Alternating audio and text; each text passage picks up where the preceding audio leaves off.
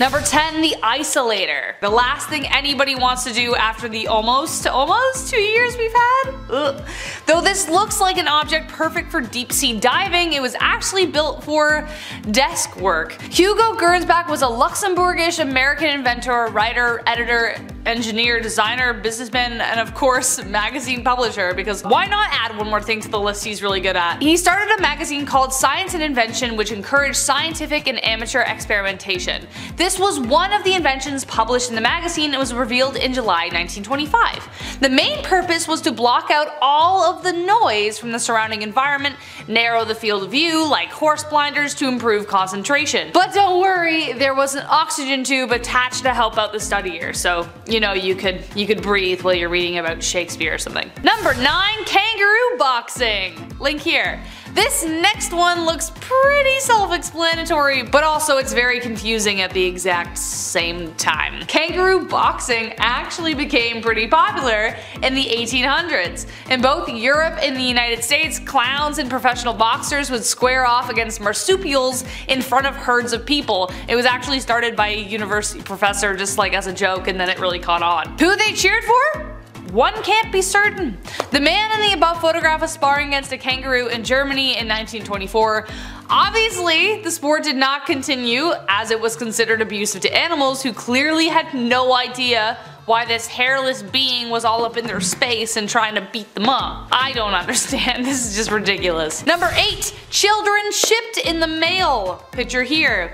Sounds ridiculous, is ridiculous. But did it happen? Of course it did. However, this picture was actually staged, but this actually did happen. Imagine your sister calling you and telling you your nephew is visiting, and then minutes later the doorbell rings and your nephew is just like chilling with some packing peanuts in a cardboard box. Well, not quite. The postman had to play a kind of babysitter a bit. Shortly after package delivery, a revolutionary thing on its own, was introduced, a couple in Ohio sent their infant son to their grandmother's via postman in 1913. It cost 15 cents plus $50 insurance. Once this oddball story got out, the trend caught on. Regulations were vague about what you could and could not send via post, so why take a bus when you could take a postman? Rural townships also usually knew their postmen really well, so they'd be like, oh come on Joey, here's 15 cents, take little Timmy to my aunt's, I don't know. So they trusted them, they weren't just passing them off to strangers. However, eventually new regulations came out banning the practice. Finally, because it's just weird. Number 7, mummies for sale. Considering the frenzy that people get into when archaeologists discover a new mummy, you might be surprised to learn that this picture is actually a street merchant selling mummy merchandise of actual mummy. During the Victorian era in the 1800s, Napoleon's conquest opened the gates of Egypt to the Europeans, making mummies a really hot commodity. Like imagine somebody uncovering your aunt and going, ooh, we could sell her. Weird, right? Like 1,000 years from now? They could be purchased from street vendors, just as you see from this photo. The Euro Elite used to even have mummy unwrapping parties, which is exactly as it sounds and not what you would expect people to do with a corpse. But even weirder than that, people actually thought ground up mummies had medicinal properties. It was so popular that it even instigated a counterfeit trade to meet the massive demand for magic mummy ground stuff. What did the counterfeit trade involve? The flesh of beggars instead of mummies. All that behind one picture. Number 6, half and half. This next one actually has a kind of sad story behind it, but paints a very clear picture of the division between Catholics and Protestants, and actually just religion in general. This picture depicts 2 graves in the Netherlands, one belonging to a Protestant and the other a Catholic. In 1842, a 22-year-old Catholic noblewoman fell passionately in love with a 33-year-old commoner, a colonel in the cavalry who was also Protestant, a big no-no. Their marriage was a total scandal, but they said screw you to their peers and stayed together for 40 years. The woman's husband died in 1880, and to forever unite them, she built a grave that would forever keep them together even though they were apart by a wall. The old cemetery was strictly divided into Catholic, Protestant, and Jewish sections, so these two monuments were built so they could forever be together. Does anybody have a tissue? Number 5. Leo the Lion! Believe it or not, you've seen this lion before. In fact, you've probably seen him many times while watching your favorite films as a kid and even now. The lion in the photo is the one, the only, Leo the Lion, the majestic beast who roars the MGM logo, like the old one. Leo the Lion was the regular star of MGM since it was founded in 1924. The first MGM lion was called Slats, not Leo, and he actually didn't roar, he was just kind of like looking around. It was more like a gif. But Leo is actually the most familiar roar, like everybody knows what he sounds like. But who is the man having tea with such a lion? Well, that of course is Alfred Hitchcock, the king of thrills. This photo was taken in 1957 of the two legends posing to enjoy a hot cup of British tea. Number 4. Walter Yeo. Though the picture itself is a little disturbing, it signifies a life-changing moment for Mr. Walter Yeo and also for thousands more. This was one of the world's first plastic surgery procedures. Walter Yeo had suffered a dreadful accident while manning the guns on the HMS Warspite during World War I. He lost both his upper and lower eyelids in the event. A year later, however, he met Sir Harold Gillies, who would be considered the father of plastic surgery. His idea was to take skin from another part of Yeo's body and place it over the area in like a mask-like shape, as you can see in the photo. Dr. Gillies then went on to carry out the surgery on 5,000 injured men from June 1917 onward. And thanks to his work, thousands of people have benefited since the years of the war. Yeo himself lived until he was 70 years old. Number 3. The Dynasphere. The car of the future that really never made it there, and we can see why. Every car we have today has 4 wheels, not just one. Some have more than that now, it's getting confusing. But in the 1930s, J.H. Purvis had a vision. He called it the Dynasphere. It was a large wheel with a cabin in the center for the driver and the passenger to sit. Funny enough, it did actually work. Check this out. But did anyone else notice the problem with driving it? Yeah. You have to drive like Ace Ventura with his window open because it broke, you know what I mean, that scene? Exactly. In order to see past the giant wheel spinning in front of you, you have to kind of rubberneck it out to the side. JH made 2 prototypes, one ran on gasoline and the other ran on electricity. He even designed a kind of bus version that could fit more passengers, but it still needed mini stabilizer wheels, so it had like 6 by the end of it. Do I kind of want one though, because it looks fun? Absolutely. Would I want to take it on a road trip across Canada? Absolutely not. Number 2. The Hindenburg disaster. Based off the title, you already know that this is a picture of the Hindenburg disaster because I already said it. Spoiler alert. The Hindenburg was the largest dirigible ever built and it was the pride of World War II. Yeah, see, Germany, you know which one I'm talking about. But YouTube gets mad. The first successful airship was constructed in 1852 by Henry Giffard, but the problem was he used hydrogen. This made both French and German designs of the craft susceptible to explosions if something went wrong. Hence, Exhibit A. What you are seeing in the photo is the direct aftermath of a devastating accident. On May 6, 1937, the dirigible touched a mooring mast in Lakehurst, New Jersey, sparking the explosion, which took the lives of 13 passengers and 21 crew members. Something as simple as a small spark from the engine ignited the hydrogen core, and the craft fell 200 feet to the ground in flames. And last but not least, number 1, spectators. This is the photo taken at the trial of Al Capone. Yeah, it suddenly makes a lot of sense as to why people are covering their faces. When someone says to you 1930s gangster, Al Capone probably jumps into your head. He was deemed public enemy number 1 by the US government for bootlegging and other illegal rackets during Prohibition. The terror the ruthless gangster incited in the city of Chicago is evident by this image. Witnesses and spectators of the trial covered their faces so they wouldn't be recognized by Capone's vengeful accomplices or Capone himself. Behind those fedoras may lie other criminals yet to be unmasked, or civilians scared of a Tommy gun waking them up at night. Either way, you know he must have been one terrifying dude. Authorities did everything they could to catch him, but he would always slip right through their fingers.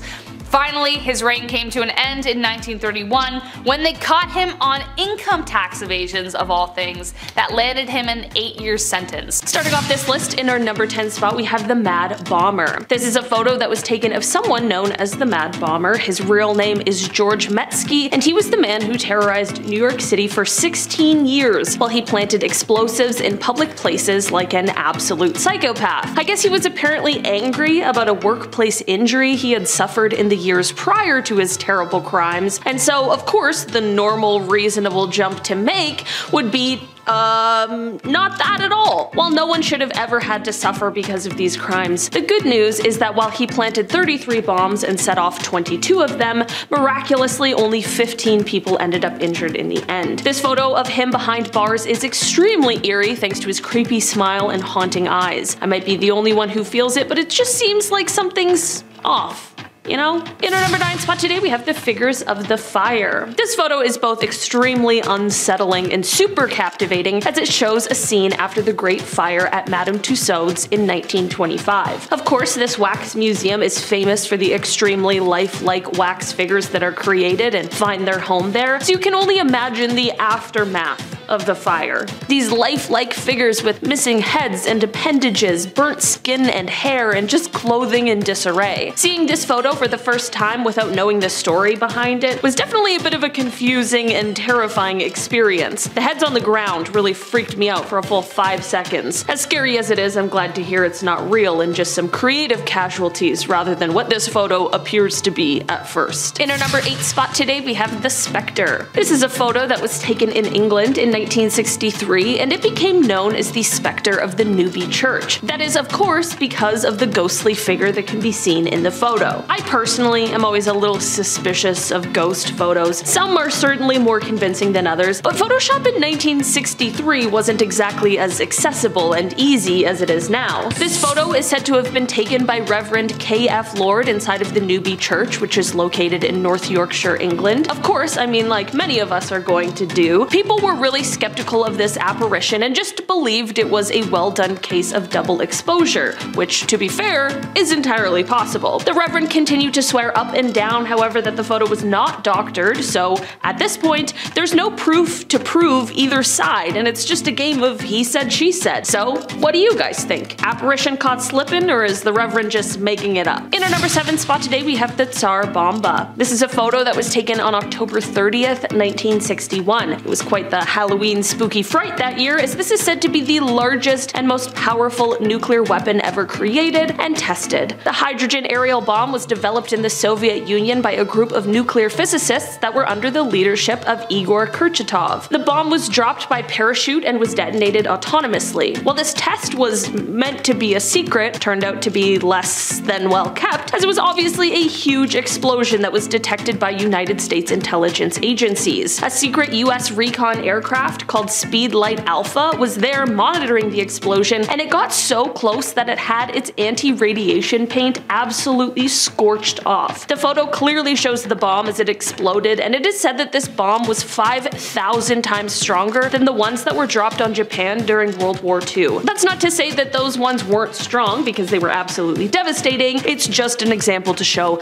how large this one really was. In our number 6 spot today we have the Three Jacksons. On August 21st, 1934, 3 fearless acrobats known as the Three Jacksons, Charlie Smith, Jewel Waddick, and Jimmy Kerrigan, all performed a routine on the edge of the Empire State Building, which is when this photo was captured. It is said that these 3 toured as an acrobatic trio, and this stunt the photo captured was done at 1,245 feet. According to officials from the Empire State Building, it is said that this was the first time the stunt was attempted, and to this day, it has never been done again, which makes a lot of sense. While this photo is absolutely incredible and is such a testament not only to the trust that they shared but also their abilities as acrobats, I don't know who in their right mind would try to recreate this. We already have one. I think we can just all be happy with that. In our number 5 spot today we have the Gentleman of Rehi. This photo shows the Gentleman of Rehi, and that is not a gentleman and instead is the world's oldest surviving diving suit. It is an absolutely terrifying sight, but also an important pillar that allowed for this kind of technology to develop developed to what it is today. The suit dates back to the early 18th century, but it came to find its home at the Reiche Museum during the 1860s after it was donated. The suit was initially designed to allow people the ability to check the hull of ships without having to bring them into dry dock. The old gentleman is made mostly of leather with pitch thread used to stitch the seams. From here, the suit is sealed with more pitch, and then to create the waterproof coat, it is covered in a mixture of mutton tallow, tar, and pitch. Of course, underwater pressure increases dramatically, and this is why there's also wooden framework in the hood in order to keep it from collapsing under the pressure. At the top of the hood, there is an opening for a wooden air pipe. The air will be pumped to the diver, then it can be released from the suit through a pipe on the backside. Of course, this means that the suit wasn't completely watertight, so divers could only go under for a short period and couldn't dive very deep because there was only so much pressure the suit could take, but still, the suit was far better than having no suit at all. In our number 4 spot today, we have ectoplasm. This photo is said to have been taken in 1910, and it shows a medium in the middle of a spiritual seance. I don't know about you, but a 1910 seance sounds like an absolutely terrifying time. This photo is said to be catching the moment that ectoplasm appears out of the mouth of the medium. When we're talking about the occult and the paranormal, ectoplasm is a viscous substance that exudes from a spiritual entity, or sometimes the earthbound medium who is connected to or communicating with the spirit. It is said that this substance can take the shape of a face, or a hand, or a complete body, and it's usually seen in a darkened room during a sort of seance, and this is the way that the paranormal can physically manifest themselves in our world. So basically,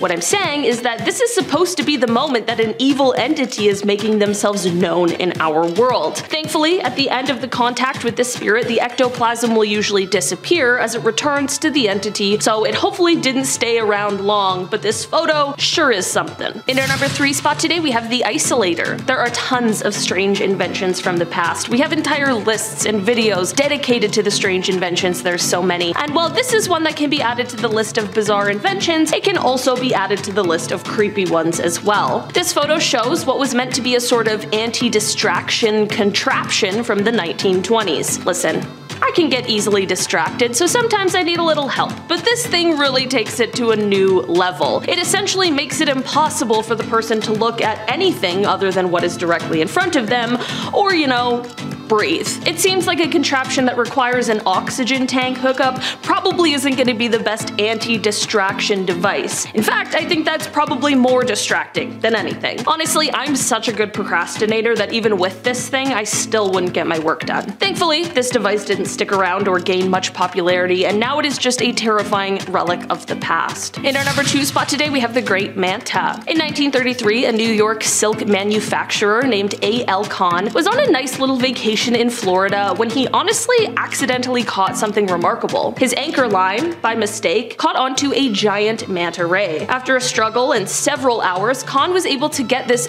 actually enormous fish ashore. This monster was somewhere between 5,000 to 6,000 pounds and was 20 feet and 5 inches in width. For reference, there are other giant manta rays, but they usually grow to be around 13 to 14 feet wide, not 20 and a half. This photo is showing a taxidermy version of the fish, which Kahn used to bring around to exhibitions to show off his accidental catch. In an article from December 10th, 1933 of the St. Louis Post-Dispatch's Sunday magazine, Kahn is quoted as saying, "Fishing is a lot of fun when you catch the fish, and sometimes it's fun even when you don't, but when the fish catches you." And finally, in our number 1 spot today, we have the advertisement. This is a photo that comes to us from the time of World War II, and it shows a very terrifying kind of ad. The sign reads, "These men didn't take their Atabrine," and at first I had absolutely no idea what that was. Turns out that Atabrine was actually the first synthetic form of a drug which was used by the US military to fight malaria in the South Pacific during the war. It is estimated that as many as 2/3 of the troops fell ill with malaria. This sign is said to have been posted outside of a military hospital in New Guinea and was meant to serve as a warning for those who didn't take the medicine, warning that the skulls on top would be the fate that awaited them. Perhaps a little dark, but creative and likely effective nonetheless. At the very least, the ad is definitely quite clear. Starting off with S for Secret. Alrighty, so here is from the Polish Constitution Day celebration in Chicago. specifically the one from 1978. On the left there, all washed out and crappy old flash display style, is First Lady Rosalind Carter. The guy shaking her hand, or rather just holding it and staring off camera like a waiter just went by with a tray of warm sausage rolls he wants to really get into, is John Wayne Gacy. And if you're also thinking, yo, what is up with this guy being in so many random famous photos? You're absolutely right, and it's genuinely strange how photographed and out there Gacy was. By the time this was taken, he had already killed over 20 people. Also, when he wasn't side hustling as a clown, he was super active in the government and politics, thus why wearing the S on the lapel. It was given to him by the Secret Service to indicate special security clearance. So the S literally does stand for secrets, both the US government's and his own. Whose secrets are worse though, huh?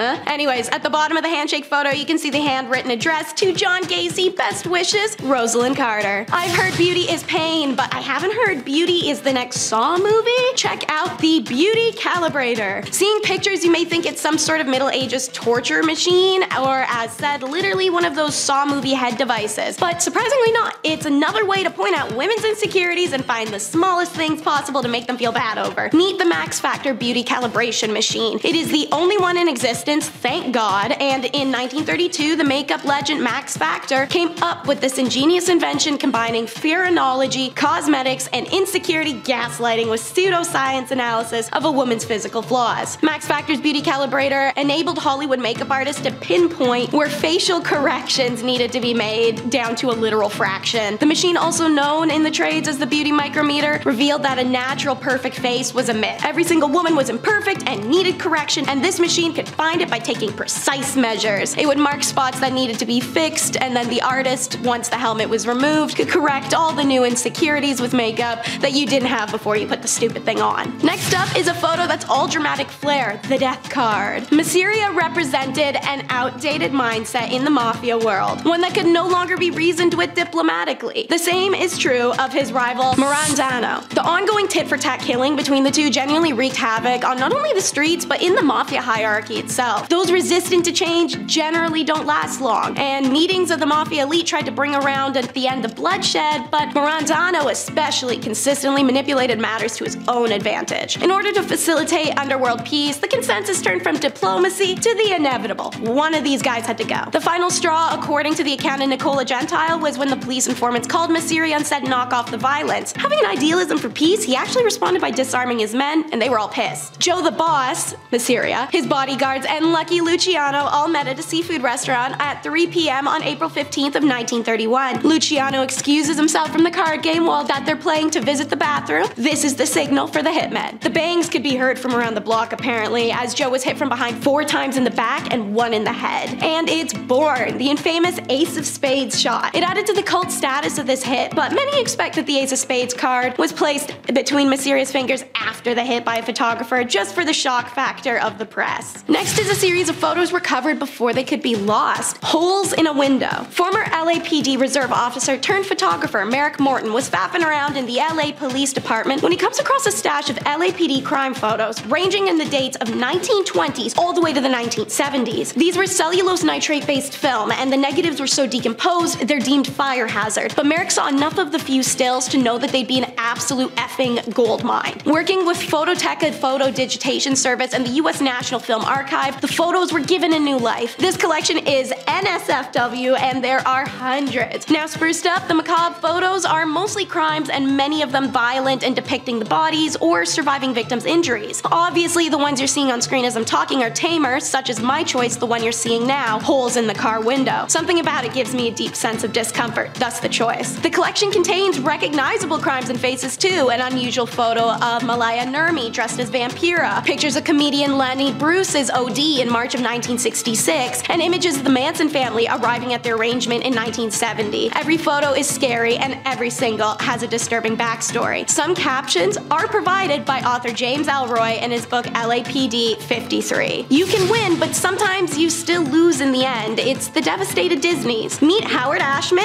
and Alan Menken. There are some everyday photos of these two in their prime. Who were they? In case you couldn't tell by all the Disney crap in the background of said photos, they played somewhat of a big role. You know, writing the lyrics and music for Oliver and Company, The Little Mermaid, Aladdin, and Beauty and the Beast, as well as a few others. Also, not to mention creating the Little Shop of Horrors, which got them hired by Disney in the first place. And in this photo you see now, they had just won the Oscars for The Little Mermaid. Hooray! But why does Ashman look so unhappy? This was his life's accomplishments. It's because that night Ashman told Menken they needed to have a serious talk when they got back to New York. And when they get back a few days later, Ashman admits that he has HIV that's quickly progressed and he's going to die soon, and fast. They had been songwriting partners for over a decade and were in the middle of working on Beauty and the Beast, and despite the illness, Ashman completed the lyrical work and the initial work on Aladdin. On the morning of March 14, 1991, he does die from heart failure caused by his condition. At the time of his death, he only weighed 80 pounds, he'd lost his sight and could barely speak, and a voice that spoke so eloquently through song was lost forever. Before he passed, however, Disney Productions scrambled to finish the film so he could see a screening of it. The film earned Ashman and Menken 3 1991 Academy Award nominations for Best Song, and the title song winning the award. Perhaps most amazingly, Beauty and the Beast was the first animated film ever nominated for an Academy Award for Best Motion Picture. So it looks like a photo of two men achieving their wildest dreams, but it's a record of their last normal moment together. Oh look, it's the D-Bags day off! Camp staff! Check out this jolly-go-lucky group. They got the day off of work because the weather was nice for the first time in a long time. During the wartime, that must have been awesome, especially being young. Finally shirk responsibility, maybe go get a pint, have a picnic, hang out with each other, maybe get a little frisky, lavishing in the sun. I'm done looking at them. In fact, I'm sick by having to look at them. When that group of people is gonna have lighted and silly summer fun on a day off, they're going back to their jobs at the camps of World War II to do exactly what you're thinking they would be doing for work when I say they work at the camps of World War II. And they enjoyed it. This wasn't one of those mandatory war jobs or excuses you can make up for following orders. These young adults, who may as well be the grandmothers, grandfathers, or great-grandma or pa of people even watching, chose to do this job and actively enjoyed it. So this is a good reminder it's not that far in the past, and these people most likely took lives shortly before or after this photo was taken.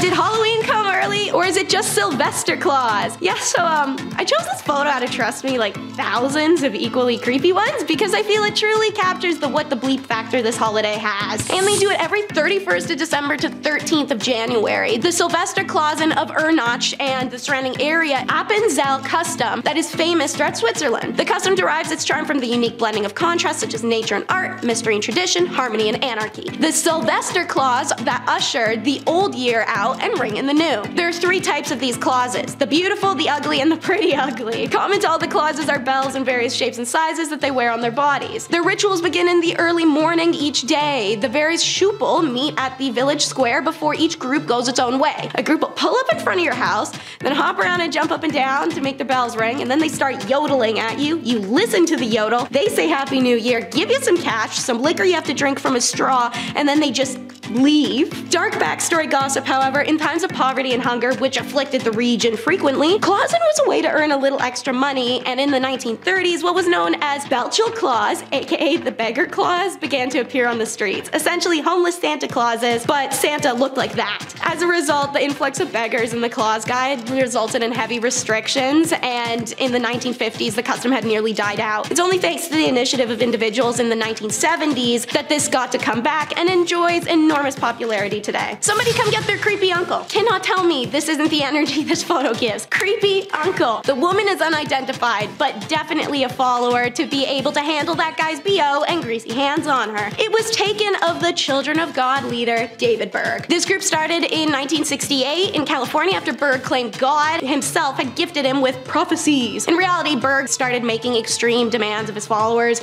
give up their money, worldly possessions in exchange for limited outside access, horrible cramped living conditions, brainwashing, and oh yeah, would make this group famous for really bad reasons I can't and would rather not get into. Former members of COG have been outspoken about the childhood they suffered growing up in the communes. Actress Rose McGowan, the most famously outspoken, published her story of 9 years in the group. Actors Joaquin and River Phoenix, also raised in the cult, had it harder than Rose, and that trauma plagued River especially. He was actually the original heartthrob of the 80s and 90s, a role, fun fact, DiCaprio only managed to take once River's substance addiction caused by his traumatic childhood unfortunately took his his life. So more of an unfun fact, but the matter stands that River painted the way for DiCaprio, and this psycho ruined a lot of people's lives. Have you ever seen a photo you can feel? Before you see the photo itself, you're gonna learn about the man in it. So, Joseph Goebbels, a National Socialist politician and propagandist who held multiple high-rank roles in the Yahtzee party. As a party chief for Greater Berlin, 1926 to 45, Reich leader of propaganda, 1929 to 45, and in 1933, the push-broom mustache twit appointed Joseph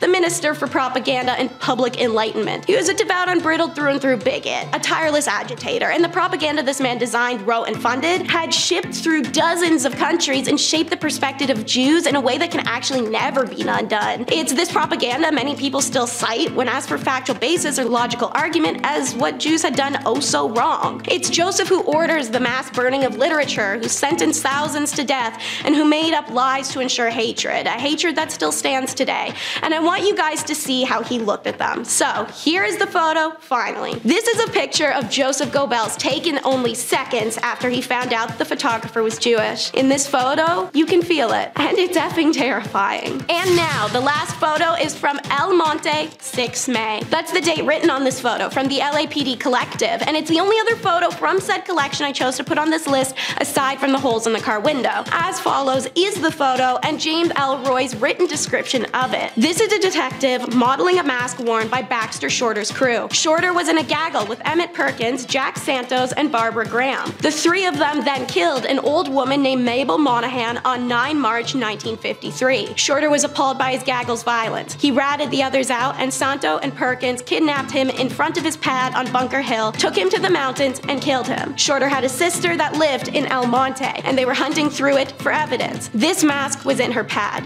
James Elroy. If Mabel Monahan's former son-in-law Tudor Scherer hadn't been a Las Vegas gambler, the 60-year-old widow probably would have never been killed. Also, if she didn't stay friends with him after he divorced her daughter, that'd probably have helped. But she did, and people found that weird. So there had to be something at play, right? Maybe Scherer trusted her so much he stored his 100 grand floats there. Ex-cons Emmett Perkins, John True, and Jack Santos think that, and they plan to take it. Barbara Graham joins the group to be their key into the door. Mabel takes a while to open up, but Barbara persuades her with the story of a broken down car and pleas for the phone. Mabel was reluctant, but the young woman was alone, and the widow knew firsthand how scary it could be for a woman to be on her own at night, so she let her in. And in comes John True, Jack, Emmett, wearing rubber masks. We're gonna take a pause. Ladies and female presenters, our own sex does not guarantee our safety, and you can't predict anyone's intentions. Please trust your gut if it says don't open that door. Mabel is struck on the head, left gagged and bleeding in the hallway. The group ransacks her home for a safe that never exists and panic when there is none, so they just leave her there. Mabel is dead for 2 days in her home before she's found. The investigation into the slaying of the Burbank widow began, and it was a long one, filled with drama. In the end, the four are charged with conspiracy to commit burglary, robbery, and M-word on June 3rd, 1953, in the death of Miss Mabel Monahan. In 10th place, we have the criminal George Washington. The George Washington, whose gravestone is pictured, was not the first U.S. president, but the first prisoner executed via electric chair in Texas. On February 8th of 1924, Texas executed a total of 5 inmates using its brand new electric chair, which remains a state record for the highest number of executions in a single day. In 1923, Levi Todd, who lived in the same area, made himself a new gambling table and promised George Washington he would give him the leftover lumber. But Levi gave the wood to another man, and George was so incensed that he shot and killed Levi as he sat playing poker with some friends seated around that new table. And to add to his crime, George shot Levi's terrified wife as she ran past a window in the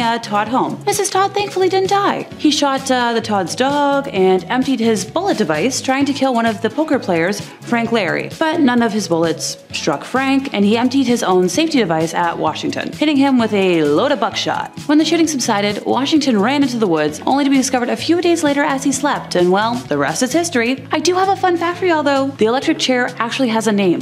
Old Sparky, and it is currently on public display as part of a replica death chamber at the Texas Prison Museum in Huntsville, Texas, along with tubing and straps used in Texas's first execution by lethal injection. Cool. I might go visit that museum now. In ninth place, we have Victorian death photographs. Photographs of loved ones taken after they died may seem kind of morbid by today's standards, but in Victorian England, they were a way of commemorating the dead and blunting the sharpness of grief. Remember, unless you were rich enough to have a painting commissioned, there really wasn't a way to preserve visual proof that someone existed, and how they looked for future generations. In images that are both unsettling and strangely poignant, families pose with the dead, and consumptive young ladies elegantly recline, the disease not only taking their life, but increasing their beauty. Victorian life was suffused with death. Epidemics such as diphtheria, typhus, and cholera scarred the country, and from 1861 onwards, the bereaved queen made mourning fashionable. Trinkets of memento mori, meaning remember you must die, took several different forms and existed long before Victorian times. Long exposures when taking photographs meant the dead were often seen more sharply than the slightly blurred living because of their,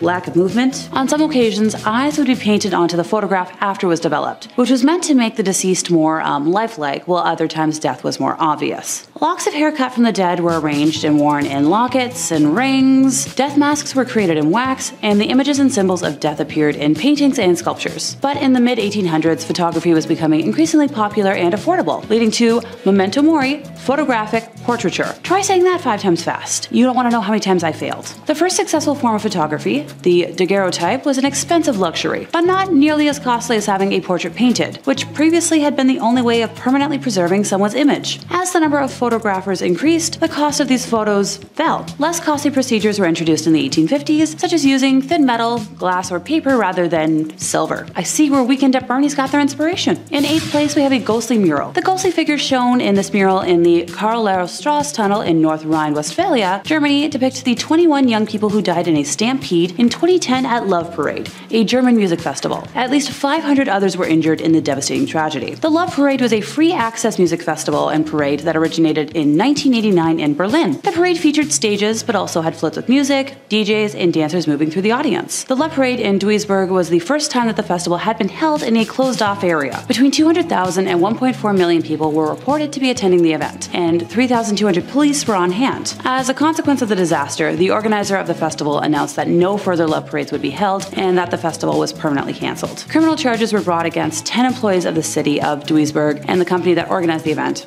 but eventually rejected by the court due to the prosecutor's failure to establish evidence for the alleged acts of negligence and their, causal connection to the deaths. The mural was established by an unknown artist as a reminder of the sad day. In 7th place, time to meet American physicist Harold Agnew. As you might have assumed, pictured is, that physicist, holding the nuclear core of the Fat Man atomic bomb, which was dropped on Nagasaki in 1945. The bomb ended up killing about 80,000 people, many of which who died from the long-term effects it caused, like radiation illness and leukemia. It was the second of the only 2 nuclear weapons ever used in warfare, and its detonation marked the 3rd nuclear explosion in history. It was built by scientists and engineers at Los Alamos Laboratory using plutonium from the Hanford site, and was dropped from the Boeing B-29 Superfortress boxcar piloted by Major Charles Sweeney. The name Fat Man refers to the early design of the bomb because it had a wide round shape. Fat Man was an implosion-type nuclear weapon with a solid plutonium core. In 6th place, we have Karl Wallenda. Karl Wallenda was a German-American high-wire artist and the founder of the Flying Wallendas, a daredevil circus troupe whose members performed dangerous stunts far above the ground, often without a safety net, and still perform to this day. The photo that stayed with me was from a triumphant moment in 1978, just after he crossed the Tower Bridge in London by, tightrope. Later that year, at the age of 73, Karl attempted a walk between the 2 towers of the 10-story Condado Plaza Hotel in San Juan, Puerto Rico, on a wire stretched 121 feet above the pavement. As a result of high winds and an improperly secured wire, he lost his balance and fell during the attempt, and it was caught entirely on camera. Speaking of the Flying Wallendas troupe, as I mentioned before, they still perform to this day, with Karl's great-grandson Nick Wallenda breaking world records and performing feats that make my stomach turn. In 5th place, we have the Challenger explosion. On January 28th of 1986, the Space Shuttle Challenger broke apart 73 seconds into its flight, killing all 7 crew members aboard. The spacecraft disintegrated 46,000 feet feet above the Atlantic Ocean, off the coast of Cape Canaveral, Florida, at 11:39 a.m., and it was the first fatal accident involving an American spacecraft while in flight. The mission, designated STS-51L, was the 10th flight for the orbiter and the 25th flight of the Space Shuttle fleet. The crew was scheduled to deploy a communication satellite and study Halley's Comet while they were in orbit, in addition to taking school teacher Christina McAuliffe into space. The latter resulted in a higher than usual media interest and coverage of the mission. The launch and subsequent disaster were seen live in many schools across the United States. The cause of the disaster was the failure of the primary and secondary redundant O-ring seals in a joint in the shuttle's right solid rocket booster. The record low temperatures the morning of the launch had stiffened the rubber O-rings, reducing their ability to seal the joints. Shortly after liftoff, the seals were breached, and hot pressurized gas from within the SRB leaked through the joint and burned through the aft attachment strut, connecting it to the external propellant tank, ET for short, then into the tank itself. The collapse of the ET's internal structures and the rotation of the SRB that followed threw the shuttle stack, traveling at a speed of Mach 192, into a direction which allowed aerodynamic forces to tear the orbiter apart. Both SRBs detached from the now destroyed ET and continued to fly uncontrolled until the range safety officer destroyed them. The crew compartment, human remains, and many other fragments from the shuttle were recovered from the ocean floor after a 3-month search and recovery operation. The exact timing of the deaths of the crew is unknown, but several crew members are thought to have survived the initial breakup of the spacecraft. The orbiter had no escape system, and the impact of the crew compartment at terminal velocity with the ocean surface was too violent to be survivable. The disaster resulted in a 32-month hiatus in the space shuttle program. In 4th place, we have death recreations. Honestly, looking at this photo, it looks just like the special effects team for a movie studio or haunted house, just doing their job. But sadly, the reality is much more grim. In 1980, forensic artists were recruited to reconstruct the facial features of 9 unidentified victims so that photos could be released by the media in an attempt to identify them. Pardon me, I got a little ahead of myself. The victims belonged to one John Wayne Gacy, otherwise known as the Killer Clown of Cook County, Illinois between 1972 to 1978. He killed over 33 individuals during his reign of terror inside of his ranch-style house in Norwood Park Township. I could go into details about how he committed his crimes, but I don't feel like scarring anyone today. All you need to know is that he gave magic tricks a very bad name. In 3rd place, we have the room where the Romanov family were killed. The Russian Imperial Romanov family were shot and bayoneted to death by the Bolshevik revolutionaries under Yakov Yurovsky on the orders of the Ural Regional Soviet in Yekaterinburg on the night of the 16th to 17th of July, 1918. Also killed that night were members of the imperial entourage who had accompanied them: court physician Eugene Butkin, lady-in-waiting Anna Demidova, footman Alexei Trupp, and head cook Ivan Karitonov. The bodies were taken to the Koptyaki forest, where they were stripped, buried, and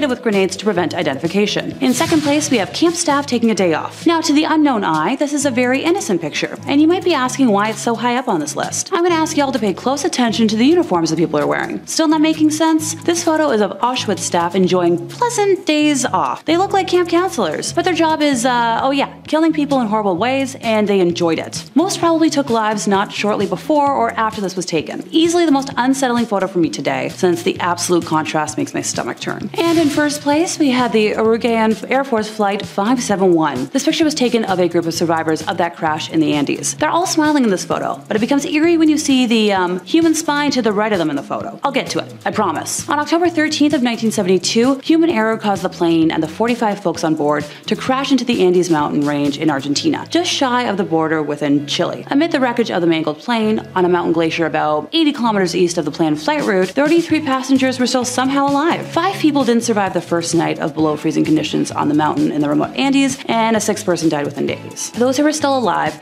and not, critically injured or in a coma, used parts from the plane to create shelter, snowshoes, goggles, and also figured out a way to melt snow for drinking water. The survivors had no medical supplies or appropriate clothing and were stranded on the mountain as temperatures plunged to like minus 30 degrees Celsius. The little food they had was quickly running out. In a cruel twist, the survivors had found a transistor radio in the wreckage and were using it to listen to updates on the search effort. On day 11, they heard the announcement on the radio that the search for them had been called off. Starvation soon set in. They had 8 bars of chocolate, a tin of mussels, 3 jars of jam, some nuts and dried fruit, and some lollies and a bottle of wine. That's all they had to eat, and that was gone within a week. Desperate, the survivors ate cotton and leather from the plane seats. Okay, alrighty, time to talk about that spine. So eventually, as the bodies of the frozen dead laid around them, the survivors were forced to consider their only chance for survival. All the passengers were Catholic and held deep moral concerns about eating their relatives, teammates, and friends from school, but as a group reluctantly decided eating the bodies of the already dead was their only chance of making it off the mountain alive. They also mutually agreed that if any of them died, the others could eat them for sustenance. Eventually, on December 22nd, which was 72 days after the plane crash, search crews finally recovered the 16 remaining survivors. Number 10. Bonnie and Clyde. They kind of wrote the book on couples doing bad things, where if a bad couple happens to make headlines, they could be described as a real Bonnie and Clyde, a modern Bonnie and Clyde. Bonnie Parker and Clyde Barrow were as thick as thieves, 2 peas in a pod. Merciless crooks that formed a gang in the early 1930s and wreaked havoc across middle America by robbing banks and exercising their Second Amendment a little too liberally. They were becoming a real thorn in the side for law enforcement. To make matters worse, they were becoming somewhat idolized for their crimes by some of the public. Not good. However, not even a Ford V8 could help them outrun the law for too long, as one day in 1934, it saw the young couple ambushed by agents. And by agents, I mean they turned the car and the crooks into Swiss cheese. A lot of blam blam going on, you know what I'm saying? It wasn't good. Number 9. Paul Bernardo and Carla Homolka. Despite Canada being a majestic land full of moose, mounties, and rivers of maple syrup and politeness, it's not all fine and dandy up here, folks. Nope. We have our fair share of whack jobs, too. Take, for example, Paul Bernardo and Carla Homolka, a Canadian couple who in the early 90s took part in some heinous crimes, including the de-lifing of Carla's own sister. Ooh, and maybe even some sexual related crime. It was naughty, it was bad. When it came down to the trial, Paul was going away for a very long time. Nothing was going to change that. However, Carla got the plea deal of a lifetime and got a fraction of the time compared to Paul. However, videotapes found after the case show that Carla was much more involved than previously thought and would have given her a sentence much closer to Bernardo, maybe even the same. She's currently a free woman. Gross. Number 8. Charles Manson. Okay, this one isn't so much a couple as it is like a throuple or like a grouple. Lots of people intertwined. Anyway, just a weird group of hippies. But Charles Manson was involved, romantically speaking, with his family members or cult or whatever you want to call it, rather. You can't get much more scandalous than Manson. The Manson family took refuge at Spawn Ranch, an abandoned ranch that had been used as a film lot in the past, located in sunny California, Los Angeles. The family often experimented with mind-altering substances, the same ones that made the Beatles the Beatles. Unfortunately, it wasn't all fun-loving and vegan commune happiness, brother. At Spawn Ranch, as the family became involved in numerous criminal activities, which eventually involved in the de-lifing of an up-and-coming movie star, Sharon Tate. You ask your mom and dad about her, they'll tell you, they'll remember. If you've ever seen Once Upon a Time in Hollywood, then you'd also understand. I try to relate things, make it more relatable for you, but ask your mom and dad, they'll tell you about the 60s. Number 7. Susan and James Carson. Susan and James both had some troubled backgrounds. Can't have a criminal with that one, really. They fell in love and, well, they fell in love with the same illicit substance that made the Rolling Stones, the Rolling Stones. They changed their last name to Bear, and, well, it just gets worse after this point. God had written letters to them to do so. Eventually, they declared themselves witch hunters and began a spree of violent crimes.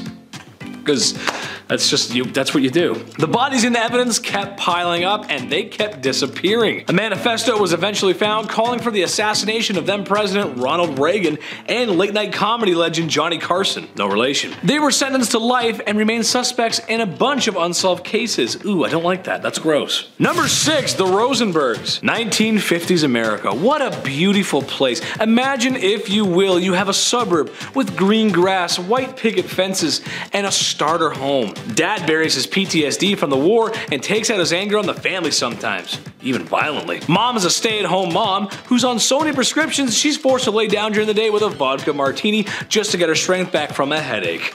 Oof. All while under the threat of atomic annihilation. Oh, America the brave, America the beautiful. Except the biggest thing every American feared back then was actually communists. Yeah, I know, right? Who would have thought? Communists coming to take over because they threatened the great American way of life. Julius and Ethel Rosenberg looked just like any other couple you'd find in the suburbs, except they were Soviet spies. Spies that aided a group that was leaking atomic secrets to the Soviets, allowing the Soviets to have a nuclear program years before the Americans suspected them of having one. Both de-lifed by the state after being found guilty. However, Ethel wasn't as guilty as previously thought and could have received a lighter sentence. Oops.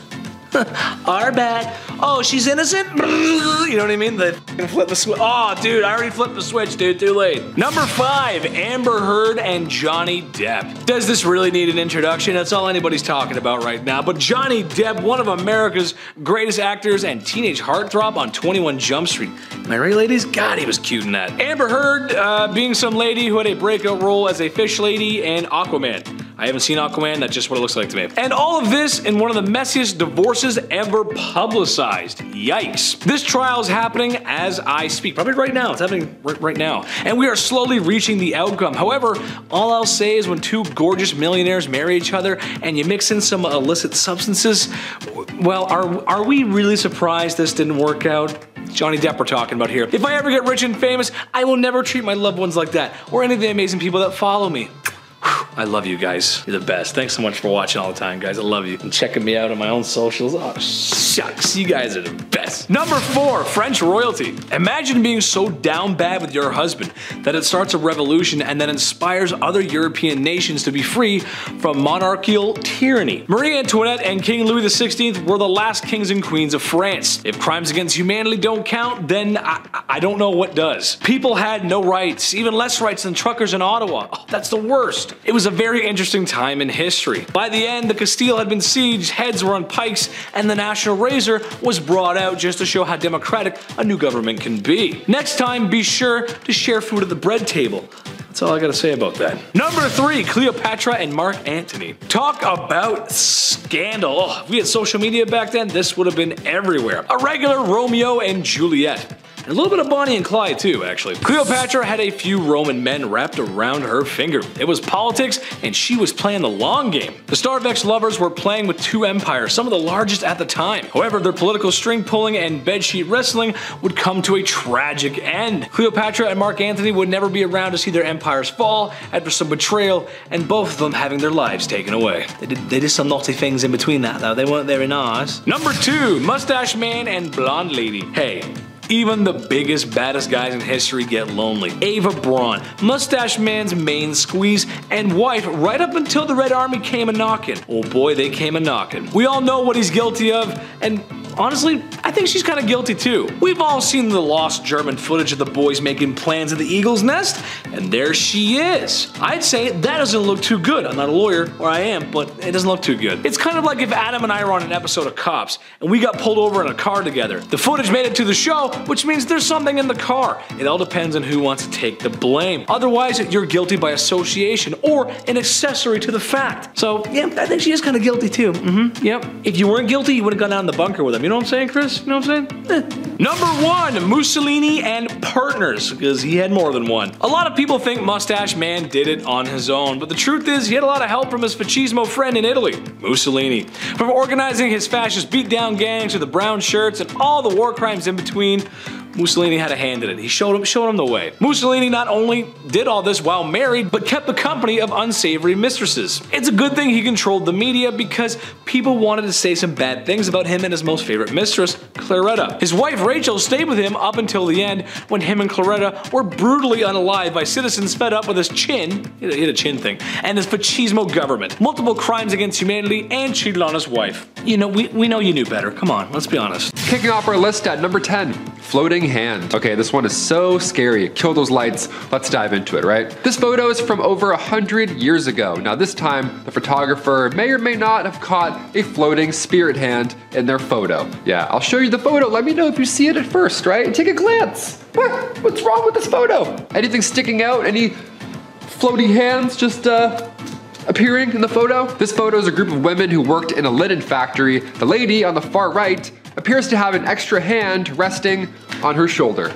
Yeah, her right, our left. This may be a hidden person, maybe somebody with long arms was out of frame. I'm a lanky guy myself. I can put my arms around like 9 of my friends in a photo, I get it. But it's the positioning of the hand that gives me the chills, right? It looks curled almost, which gives it a demonic, insidious, the last key vibes. You know what I'm saying? Number 9. Colossal squid. Not to be confused with the giant squid, those are similar, but dare I say, smaller. As its name hint towards, the colossal squid is It's huge. It's one of the biggest things I've ever seen in my entire life. They live in the darkest, coldest depths surrounding the waters of Antarctica. These squid are on average 46 feet in length, with the females being the largest of the species. They have large tentacles with suckers equipped with razor hooks, so whatever it grabs, it's certainly not letting go anytime soon. Its diet consists of large fish, and when I say large, I'm referring to a 7-foot-long Patagonian toothfish.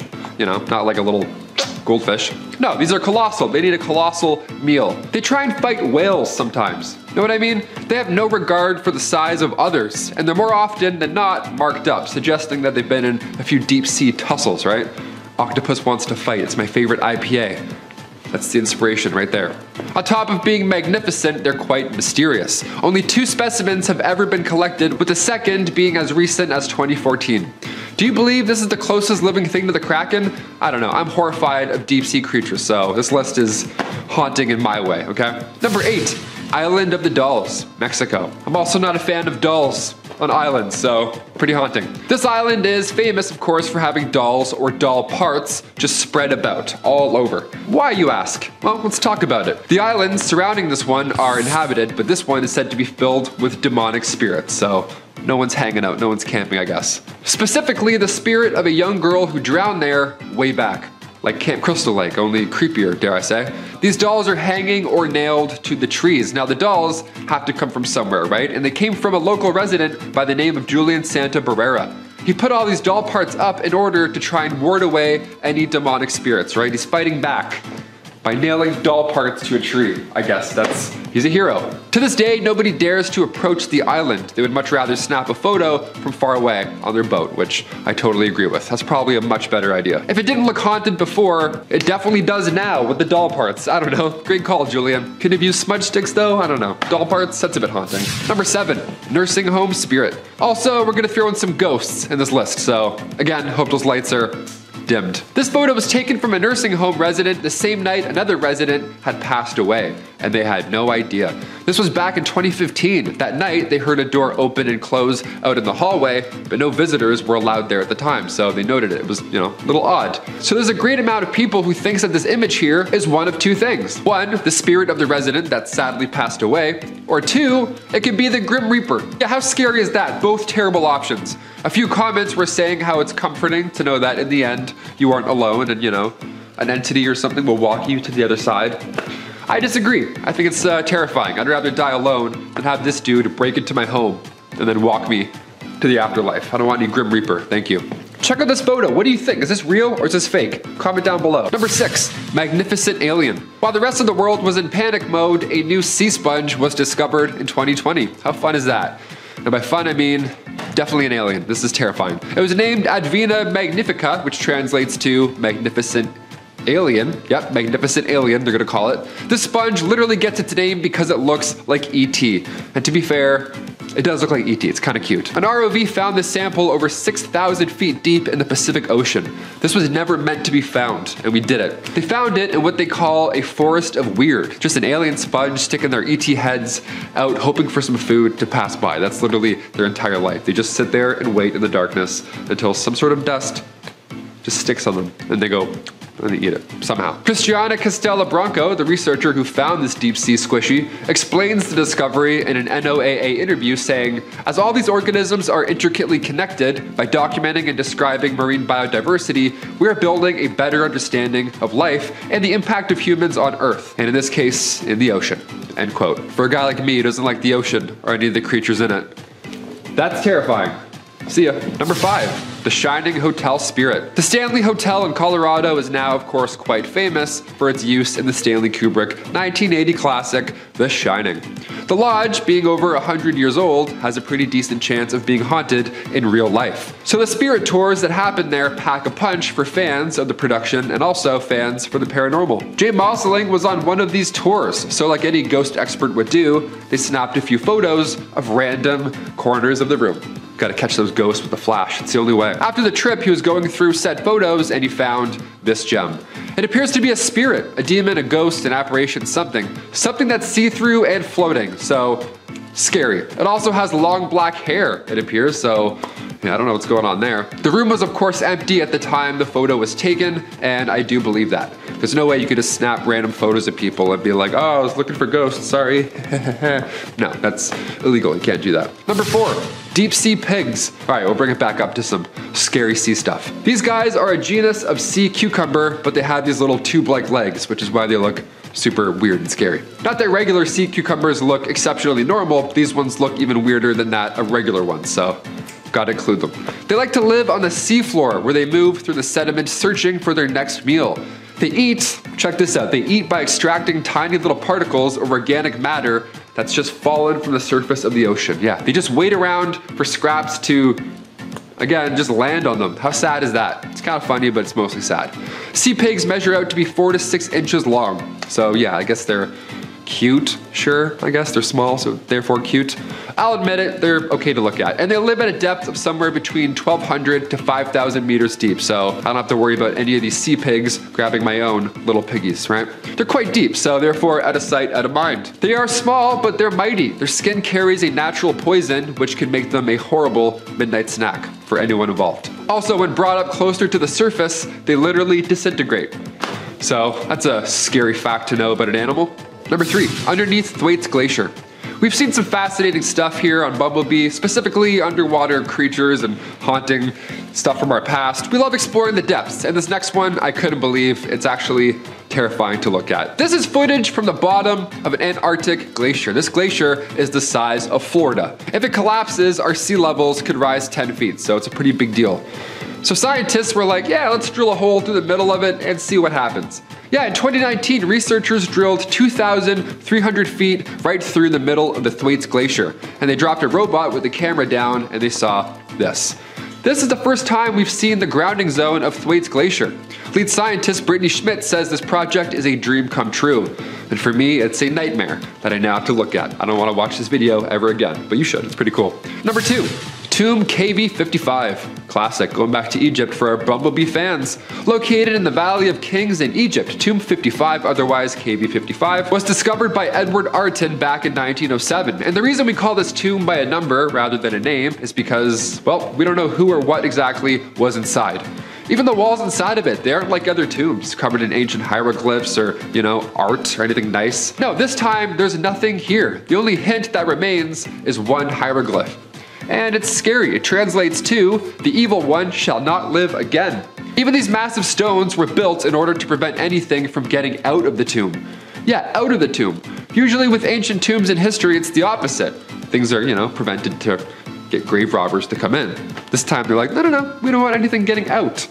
That's kind of haunting. Many believe that it's Akhenaton because he got on the wrong foot with, you know, the high priests over his 17 years of ruling. He was convincing everybody that their art and religion was wrong, and the only god in existence was his sun god. So his own son, King Tut, succeeded him and luckily restored the previous religion back to normal. But yeah, maybe that's why this tomb is empty. Maybe they're like, you know what? We don't want history to remember you. You tried to out religion, so we're good. Number 1, house guest. I saved the best for last, and by that I mean this is the scariest thing I've ever seen. This video, yep, little surprise for you, there we go. This comes from a middle-aged man in Oxford, North Carolina. It was his day off of work and he was looking forward to just kicking back, relaxing, and instead he had to deal with this. Instead, the lights in his home started to flicker, and immediately after, the smoke detector started to go off. The lights were flickering all over the house, not just one room. The fridge light, the bathroom light, you name it. The water even started to run by itself. So something started to go wrong, apparently. And he filmed the happenings, but when he looked back in the footage, you know, after fleeing his home on his only day off, he caught this peeking from the other room when looking back. Pretty terrifying, right? Yeah. Number 10, demonic boy photo. All right, scary as hell right off the hop. It doesn't matter where or when, but odds are you've seen this photo at some point in your life. It's pretty haunting. It's kind of hard to forget. Check it out. You know when you see a photo, sometimes you just get bad vibes, like it registers in your brain as something real and scary. You want to find something about this photo that looks fake, but it's hard. This photo here was taken inside the Amityville house back in 1976, the real house. It appears to be a young boy with glowing white eyes. Kind of hard to forget. It was taken with automatic cameras equipped with infrared, so nobody actually took this themselves, it was just set up. It makes it even creepier that the boy looks like he's peeking around the corner. Makes my heart race just looking at that photo right there. A photographer named Gene Campbell operated this and got this photo. See, Gene was working with paranormal investigators Ed and Lorraine Warren at this time, the famous duo, now rocking the big screen Conjuring universe. They were on this case in real life. This photo was then revealed 3 years later on the Merv Griffin Show. Imagine tuning in, watching TV on the Merv Griffin Show, and then all of a sudden you see the ghost of John DeFeo. That's nice. Yeah, many believe this is the ghost of one John DeFeo, one of the boys who lived there prior to that 1974 horrible event. We're still trying to cover this. What do you guys think? Elaborate hoax, or perhaps this photo is one solid piece of evidence that the Amityville house was and still is indeed haunted? Number 9, Svalbard Vault. Over the pandemic, I spent a lot of time playing video games. Chris and I actually just talked about video games for like 8 minutes straight before we click record, so that's pretty funny. Some of my favorite games always have a similar theme. They always have this post-apocalyptic feel. It's always just barren wasteland with like one dog as a survivor, and you have to like go and eat scraps. Yeah, Fallout, it's a great game. There's shelters with survivors or even vaults. It's stressful, but it's engaging, right? Searching around. Now in real life, we do have a global seed vault, and it's deep in the Arctic Circle on the island Spitsbergen. Now in this massive bunker that has since been deemed the Doomsday Vault, great name, really rolls off the tongue there. This is where humans will store food crops. It contains 100 million seeds. So if the earth all of a sudden, gets wiped out, or even if all the ice melts and it floods and everything goes to quickly, this vault will still be good to go. All that water that just, flooded the rest of humanity will then regrow the earth with all of these seeds, ideally. It sounds like a fun, cute way to get humans to think about the future. You're like, hey, throw some seeds in, make a wish. But I'm concerned. Is there something we don't know? How soon is this gonna happen? Why is everybody involved in this little seed heist? Number 8, Pluto's Gate. Number 8, Pluto's Gate. It rhymes, what's up? Also known as the Gate to Hell. Okay, that's horrifying. These ruins discovered in Turkey back in 1965 are beautiful, but they're also cursed. Historians believe that the site is the ancient city of Hierapolis, and if you're thinking about visiting these eerie ruins, well, you better leave the family pet at home. Yeah, any and all animal that enters these ruins, they also meet instant death. Sparrows were tossed in, and then they immediately stopped breathing and they dropped. This was horrifying locals, so they had to resort to science. Scientists have figured out the solution, and it's still pretty haunting. They measured the CO2 concentration, and turns out while the sun is up, it burns away the gas, but at night, when the temperature drops significantly, the CO2 becomes heavier than that of air. Then it creates this deadly gas cloud on the floor, and then when the sun rises back up again, the concentration of CO2 hits 35%, so it's deadly enough for animals and sometimes even humans. Yeah, just stay away from anything called the Gates of Hell. How about that? It's pretty sound advice just to play it safe. Number 7, The Lady of Raynham Hall. This one's a classic. If my grandma was still alive, she would have loved this one. If you haven't seen this photo, it's gonna live rent-free in your head from here on out. This spirit is said to haunt Raynham Hall in Norfolk, England. Nice. My old home. Not Norfolk, but I have English family. What's up? This tale kicked off back in 1936 after a photo went around through Country Life magazine. I guess that's its way of going viral back then, right? This photo shows a spirit, apparently, wearing a brown gown, hence where her name comes from, the Brown Lady of Raynham Hall. Just casually floating down a staircase. That's lovely. Imagine seeing this in real life. I'm sweating doing this list. Legend has it that the ghost is that of Dorothy Townshend. She was the sister of Robert Walpole, the first Prime Minister of Britain back in 1676. Some reports say the image is a result of long exposure, just gone awry, but either way, I don't like looking at this photo, so let's move on. Great. Number 6, The Gates of Guinea. Another bad portal to another bad place. The souls of the dead have to go somewhere, and depending on your beliefs, that somewhere could either be beautiful, it could be peaceful, or it could be absolutely terrifying. Who knows, one of the three. In the world of voodoo, that place is an underworld called the Gates of Guinea. And here is the front door. Yeah, located in Louisiana, this tomb, that of voodoo priestess Marie Laveau, is apparently the entrance to these deep waters, this twilight realm. And some voodoo followers try and open these gates to access the souls of the deep. And apparently the goal after that point would be to use the dead almost like zombies, like your own little personal zombie army. So that's horrible, I guess. Number 5, Backseat Driver. This photo here is from 1959, and it certainly looks like it. It was taken by a lady named Mabel Chinnery, and the photo at first glance is just a classic 60s shot of a man in a car. That man was Mabel's husband. Now the man in the back seat, however, We have no idea who that is. Apparently they weren't there in real life. Her husband was the only one in the car at that time. And also, that's a pretty tough angle. If you wanted to recreate this photo with your friends after work, it would be hard. You have to really line something up there. Some Edgar Wright shot has to happen, you know what I mean? It's like he's appearing to us through the seat almost. So either this is a lie, and there was indeed a man sitting in the back left seat, or like Mabel believes, this is her dead mother-in-law. Now, if she had said father-in-law, I'd think maybe it's a spirit, but this for sure looks like an older man with a collar, so we don't know. A lot of ghosts just like to hang around. Honestly, Mabel, just see a priest, just to be safe. Number 4, ghost pilot. Oh, this one gives me the absolute creeps. I'm hoping it's just a friendly ghost, but really, you never know. I never know. I don't know. I don't want anything to do with any ghost, but sometimes they're friendly, apparently. Any sort of spirit, I don't welcome. There, I said it. The ghost pilot is a photograph that shows a spirit from 1987, when a woman named Mrs. Sayer was visiting an airfield in England. So of course she did the tourist thing and she got a photo in the cockpit, as we all do. Especially now after seeing Top Gun, I'd be like, yo, get a photo with me.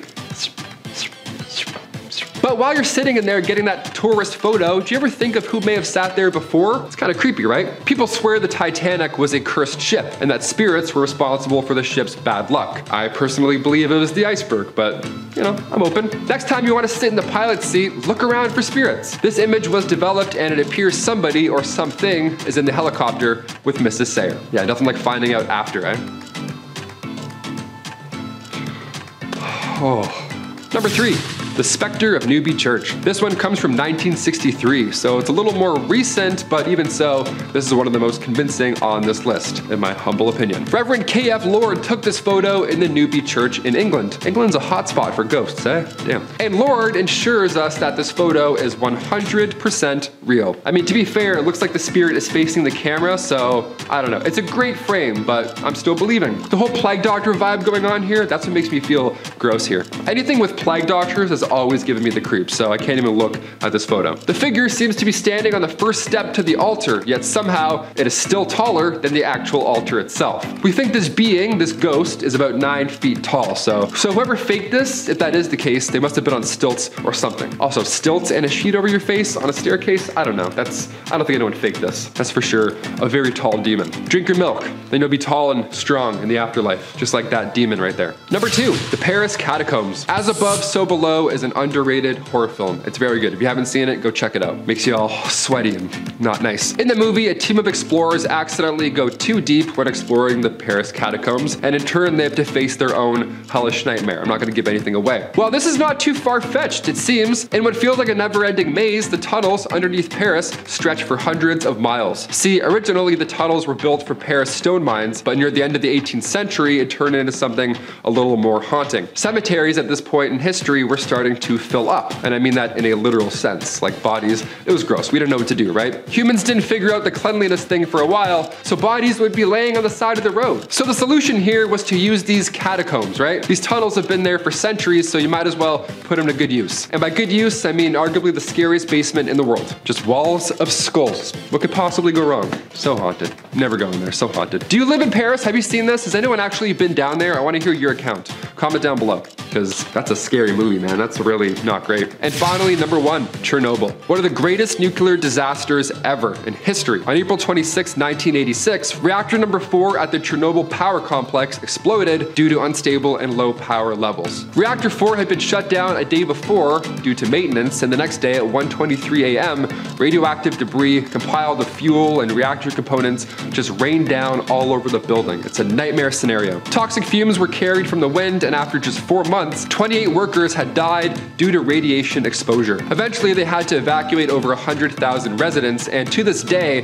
that zone is a no-go. Reactor 4 will stay highly radioactive for another 20,000 years, so no time soon. Let's not head back there anytime soon. Number 10, Russian Bigfoot caught on tape. The exact location of where this video was taken is still unknown. In fact, there isn't a ton known about this video at all, but what is known is that it was taken somewhere in Russia. That's about it. And people actually believe that it captures the real Bigfoot, or one of the many Bigfoots out there. This is the Russian one. They got a Russian Bigfoot. What do we all think here? I wanted to start with one of the most insane videos I could find. I think I nailed it. How'd I do? I don't know. This one comment dives in further. The user says the title of the original video was called called Chichuna, but in Russian script. The creature hops, sometimes sideways like a lemur. Of course, lemurs have tails, which make that type of movement easier. And Chichunas are sometimes described as having tails, but this creature doesn't appear to have one, does it? No, it looks like a blob of scariness. I don't even know. The original footage was in all Russian and claimed to have been shot in Siberia. It also featured a boy and a dog in the foreground who didn't appear to be all that concerned, but I still believe this footage to be genuine. That's one of the top comments, so you know someone did their research. Number 9, overnight visitor. Oh, this one definitely gives me the chills. I don't like it. This video was taken from a surveillance camera that was placed inside of a couple's home. Not outside, inside. This is scary, and I hope this never happens to anybody watching this video. The footage caught something while they were both asleep, and it's one of the creepiest things that I've ever seen. When the couple woke up the next day, they were unable to find a purse that they knew was in the home right before they went to sleep. So they decided to check their security cameras, and this is what they found. As they were sleeping, a man crept in and was so quiet that he didn't wake them or their dogs up. No, he stood at the top of the stairs watching them sleep for a few minutes, which just adds another layer of ew to this whole scenario. Yeah, always check those nooks and crannies before you go to sleep, I guess. Number 8, Titanic inspection card. This inspection card once belonged to a woman named Marion Meanwell. What could possibly be creepy about an inspection card, you ask? Well, it shows how Marion was not intended to be on the Titanic, but by some turn of events, she unfortunately found herself as one of the passengers that went down with the ship. Now, the card shows that she was originally meant to be traveling on a ship called the Majestic. For some reason, the trip she originally had planned was delayed, and she instead was assigned to the ill-fated Titanic. Yeah, you can see the word Majestic is literally crossed out of her card. You know, adds to the creepy element because it shows her literal change in plans. Number 7, Norway Lights. Natural light phenomena is common in our big, beautiful planet. The northern lights, the green flash, solar eclipses, you name it. I bet those were all pretty alarming back in ancient times. Now, some of these natural events look otherworldly. They look cosmic almost. Most of the time, there's an explanation waiting, but for the mysterious glowing orbs floating over Norway, the Hasdalen lights, as locals call them, we still need some answers. Scientists have been trying to gather research, and in 2014, after many impressive light shows, their best guess is a natural battery that charges underground and then emits this light show above. Maybe this has something to do with the reoccurring lights over Phoenix. Could be the same phenomena happening, who knows? Number 6, the cool time traveler. Do you believe in time travel? If your answer is no, maybe this next one, maybe it'll change your mind or keep you open to the concept. It's a common theme in movies, Back to the Future, Loopers, Avengers. Time travel plots are fun, but they're absolute nonsense. Or are they? When we see a case like the Cape Scott story, we can't help but be intrigued a little bit. Time travel or not, this is an interesting photo. It comes from Ray Peterson's book, The Great Cape Scott Story. That book was from 1974, but the actual photo used in the book was taken over 100 years ago. And in the photo, it shows this modern-looking guy, rocking shorts, maybe jorts, who knows? He has messy morning surfer hair, dippity-doo, three-hold, you know, that kind of stuff. He doesn't look like he's from that time period at all. This also has happened more than once, like the time-traveling hipster. I don't know, I'm pretty sure it's my cousin. That looks like a guy I know. Definitely not a guy from the 1900s, that's for sure. Number 5, skunk ape. This one is exactly what it sounds like. The skunk ape was seen back in 2000, so hopefully, if it's a real thing, it's long gone. Hopefully it's dead by now. It's pretty gross. 2 photos were taken of the supposed skunk ape, and this thing looks like Bigfoot's cooler, older cousin, you know? That cousin who has a lava lamp, does kickflips in the garage in October. That kind of cousin, that's the skunk ape, really. An anonymous source sent the Sarasota County Sheriff's Department these photos. They mailed them in, which for starters, that's pretty jarring to receive. Just a creature, just Bigfoot, put it in the mail. But she claims these photos were taken in her actual backyard and that this creature was not a black bear, wasn't anything we've seen before. I personally don't think that's a black bear. If anything, it's just a really large, odd-looking dog. Those teeth alone are a red flag either way. I want nothing to do with that. Number 4, Solway spaceman caught on photo. Look, we've all been photobombed before. It's a blessing in disguise. You look back at prom photos, some dude sneezing in the background while you're, you know, having the moment of your life. It's the best, we love it. But when Jim Templeton took a photo of his daughter in an otherwise empty marsh, long before Photoshop existed, it appears an astronaut just crashed the family moment. He just had to pop up in the photo in the background. Now, Jim assures us that nobody was around, which I believe, otherwise what a weird photo to take in an empty field. I'd be like, hi, get away from my daughter. Just, yeah, 17 meters to the left, thanks. Also, the fact that this man looks like he's from space. Yeah, that makes it more believable, no? What are we looking at right now? Who is this? It's so creepy. Kodak even got involved in this story, right? Like Kodak, the company Kodak. They confirmed this photo was not tampered with, and they know everything. They made Avatar, so they know what's up. Let's run everything by Kodak from now on. Deal? Number 3, Worstead Church visitor. Okay, time to get a little paranormal. We love those. Hit the lights. Back in 1975, Peter and Diane Berthelot were visiting the Worstead Church in the UK. It was beautiful, right? So like any visitor does, Peter took a photo with his nice Kodak camera, right? He wants to see the truth with his Kodak. Peter took a photo of his lovely wife sitting in the spectacle of a church, but later on, once the photo was developed, somebody else was all of a sudden in the photo now. Or something, we don't really know. Right on the bench behind Diane, there appears to be a person in all white. How calming is that? Maybe it's a wedding, maybe it's their big day. We love it.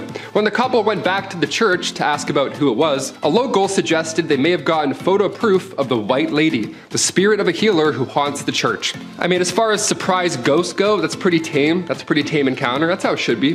Could have been a lot worse. They're like, oh, that's the demon. That's Daryl the demon. Yeah. You don't want any part of that. Number 2, Black Knight satellite. Not to be confused with Martin Lawrence's Black Knight. That's, although that's pretty historical and memorable in itself. The Black Knight satellite is something that has been orbiting our planet for God knows how long. We're guessing thousands of years. Everything else on this list is quite recent, but this myth is ancient.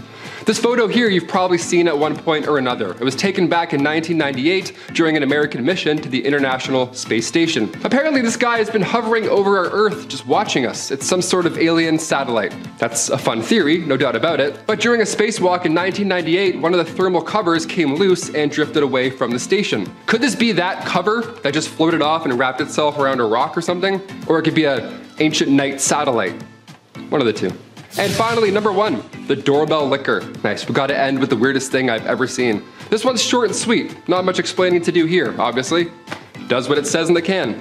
Back in 2019, a man was caught on surveillance, a doorbell camera, approaching a home in a neighborhood in Salinas, California.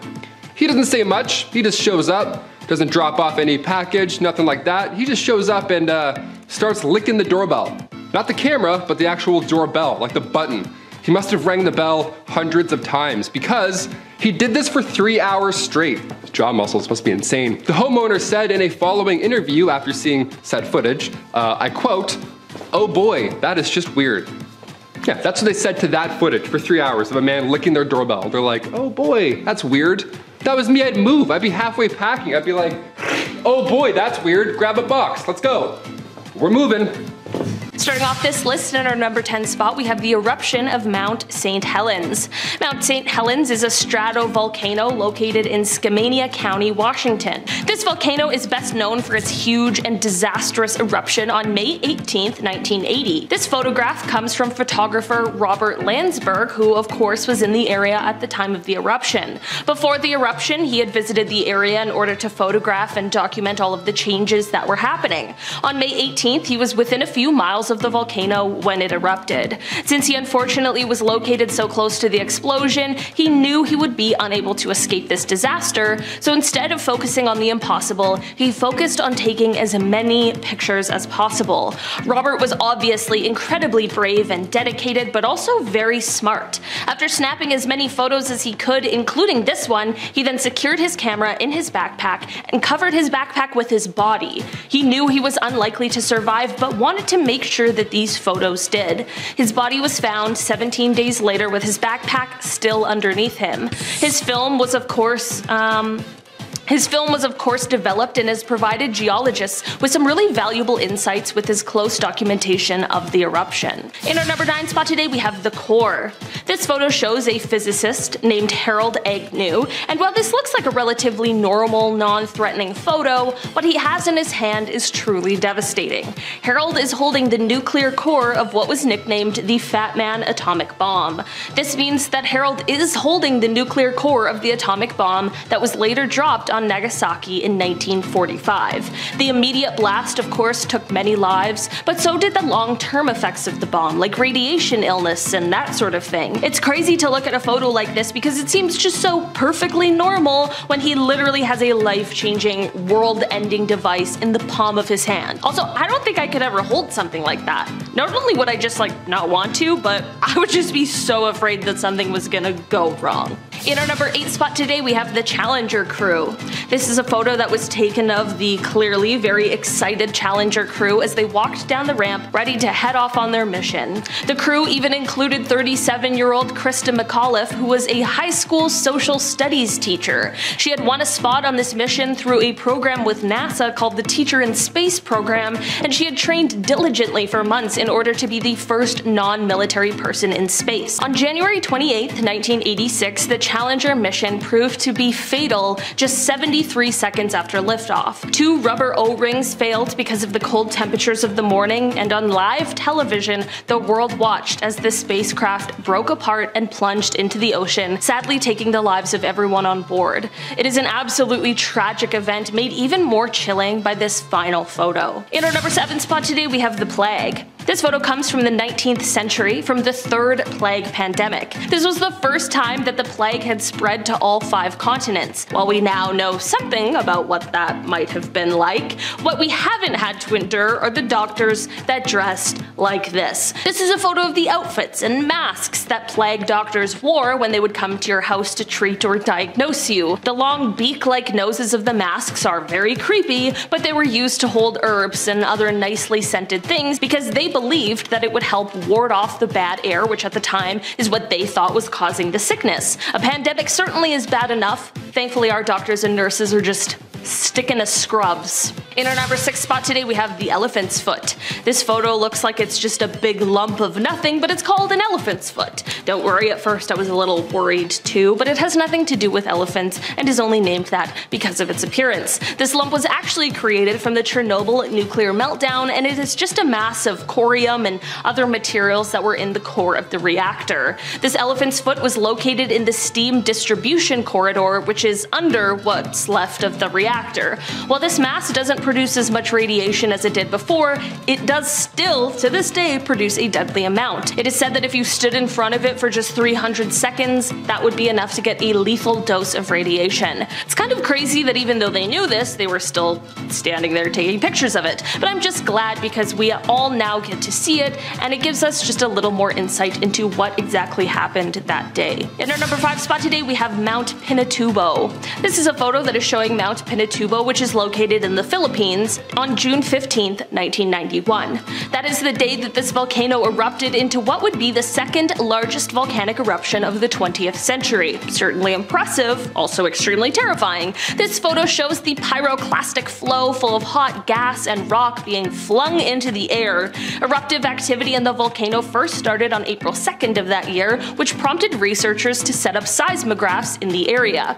By June, the volcano was having a group of progressively shallower eruptions before, on June 12th, the volcano had its first spectacular eruption, which sent an ash column 19 kilometers up into the atmosphere. After more highly gas-charged magma reached the surface on June 15th, the volcano once again exploded, this time sending the cloud of ash 40 kilometers up into the atmosphere. Volcanic ash and pumice blanketed the surrounding area, and pyroclastic flows filled what were once deep valleys with fresh volcanic deposits. It was truly magnificent and extremely powerful, and this photo shows just that. In our number 4 spot today, we have the Pioneer's Defense. This photo is known as the Pioneer's Defense, and man does it ever look creepy. This photo comes from 1937 and it was taken by a Russian photographer named Viktor Bulla. This photo takes place in the Leningrad area, which is now known as St. Petersburg, which is the 2nd largest city in Russia. The people in this photo were part of a group that was the 1930s Russian equivalent of our Boy Scouts, and it was called the Young Pioneers. The masks on their faces leave a very eerie feeling, and for a fair reason. These people were doing a military preparation drill, which is the reason for the gas masks. This photo was taken during a time where the country was under the dictatorship of Joseph Stalin, and the residents were constantly unsure of what was going to happen. The country was already seeing death, and people were already frightened just a few years before the start of World War II. In our number 3 spot today, we have the lipstick. This is a photo that comes to us from December 10th, 1945. If looking at this image gives you a shudder down your spine, that absolutely makes sense, as it was written by a terrible person known as the Lipstick Killer. This photo is an image of a note he left written on the wall at one of his crime scenes. The photo comes from the apartment of Francis Brown, as just before he wrote this message, he took her life. After this message was left, he ended up taking the life of one other person before he was finally caught by police 6 months later. The message scrawled in the photo reads, quote, "For heaven's sake, catch me before I kill more. I cannot control myself." It is an absolutely chilling note with a horrifying backstory. In our number 2 spot today, we have the acid drum. This photo comes to us from inside the house of another terrible person, the serial killer Jeffrey Dahmer, made very famous recently. This photo was taken from the inside of his home after he was found out and caught by authorities. Before his arrest, he was sadly able to take the lives of 17 different people. Although this photo might look kind of plain, the horrors are plentiful. This shot shows a drum full of acid that was located inside of his home. Probably don't really need to tell you what it was used for. I can't imagine the horrors investigators saw when they entered his home, and even previous to that as they investigated his crimes. Thankfully, Jeffrey was caught, and in 1992 he was sentenced to life in prison, but just 2 years later he was killed by a fellow prison inmate. In our number 1 spot today, we have the Dyatlov Pass incident. If you have never heard of the Dyatlov Pass incident, you better buckle in because it is so terrifying. This photo was taken in February of 1959 as 9 young Soviet hikers sent out to trek through the Ural Mountains. They had set up a camp, and sometime during the night, something happened that made them cut their way out of the tent and all flee the site. Leaving in such a rush, they were of course underdressed for the bitterly cold weather, and 6 of them ended up passing away from hypothermia, which is extremely tragic. The other 3, however, is where this story takes an even more frightening turn. Like I mentioned before, no one knows why they fled the tent in the first place, and the last 3 hikers were found passed away with severe signs of physical trauma that no one agreed on what had caused it. In 2019, the investigation was reopened, and just last year there was a conclusion that a kind of avalanche called a slab avalanche was the cause for these injuries. Before you come at me in the comments, I know that not everyone is convinced that's what happened, and I don't blame you. It's really strange. Number 10, the cube. All right, Transformers fans, let's do this. I feel like we're hearing more about these things like UFOs or UAPs, whatever you want to call them now. I feel like we're hearing about them now more than ever. So why not kick this weird list off with something off-world? We have to include some alien cover-ups, right? It's me, it's Taylor, why not? I figured that I'd find one that's also not too well known. We haven't seen this one, you know, on YouTube all the time. Not too long ago, this spinning cube-looking craft or drone or something, it was spotted over Missouri, just lurking in the same spot, just hovering, and then it would zoom off. Folks could see it with their naked eye on the ground. It was also pretty obvious. It was eye-grabbing, it was shiny in the sky. Only a couple hours later, it was seen again, but this time it was 700 miles away. This time it was 44-year-old Matthew Jandeka. He was minding his own business, hanging out on the porch, just doing his, you know, Sunday stuff, when this cube, again, this floaty cube, caught his attention. It was a sunny day, the light reflecting off the cube caught his eye, but then a day later, another guy, 30-year-old Justin Johnson, he saw the same thing, but this time he saw it while he was driving home, which is also pretty distracting. The light and the reflections also caught his eye. He says, "At first I thought maybe it was a balloon, but the movements were too odd." In a world full of deep fakes, I mean, do we believe this account? Is this real? Lately everyone's talking about how these UFOs are spheres, so maybe this video is that of a sphere, not a cube. That's cool. I love teaching geometric shapes via alien aircraft. I'm like, this is a triangle. We saw this one in the Navy, and we saw this cube in the sky. Number 9, Amityville photo. Okay, we'll go less UFOs, more ghosts. One M. Night Shyamalan theme to the other. Here we go. This photo was taken inside the actual Amityville house back in 1976. It's a young man, it appears, with glowing white eyes. How comforting is that? Pretty hard to miss there. He's got the glowing. Yeah, it looks very Sin City of him, just to stare with his white eyes. Now, at first, I thought this was from a horror movie, right? All those Amityville knockoffs. It looks obviously fake or set up in some way, until you start to read about the details here. See, this photo, it was taken with automatic cameras equipped with infrared, not an actual person. So, this young lad here probably wasn't expecting a selfie. Why I wasn't smiling or throwing up a peace sign. Makes sense now? Photographer Gene Campbell set up the photo and took it back in 1976. Now, at the time, Gene was working with paranormal investigators Ed and Lorraine Warren on the actual case. I'm scared now. This photo was revealed 3 years after it was taken on the Merv Griffin show, and many believe this is the ghost of John DeFeo, one of the victims in 1974. Now, you can't really do this anymore, right? You can't whip out photos from a otherwise crime scene and be like, okay gang, what do we think? Spirit or not a spirit?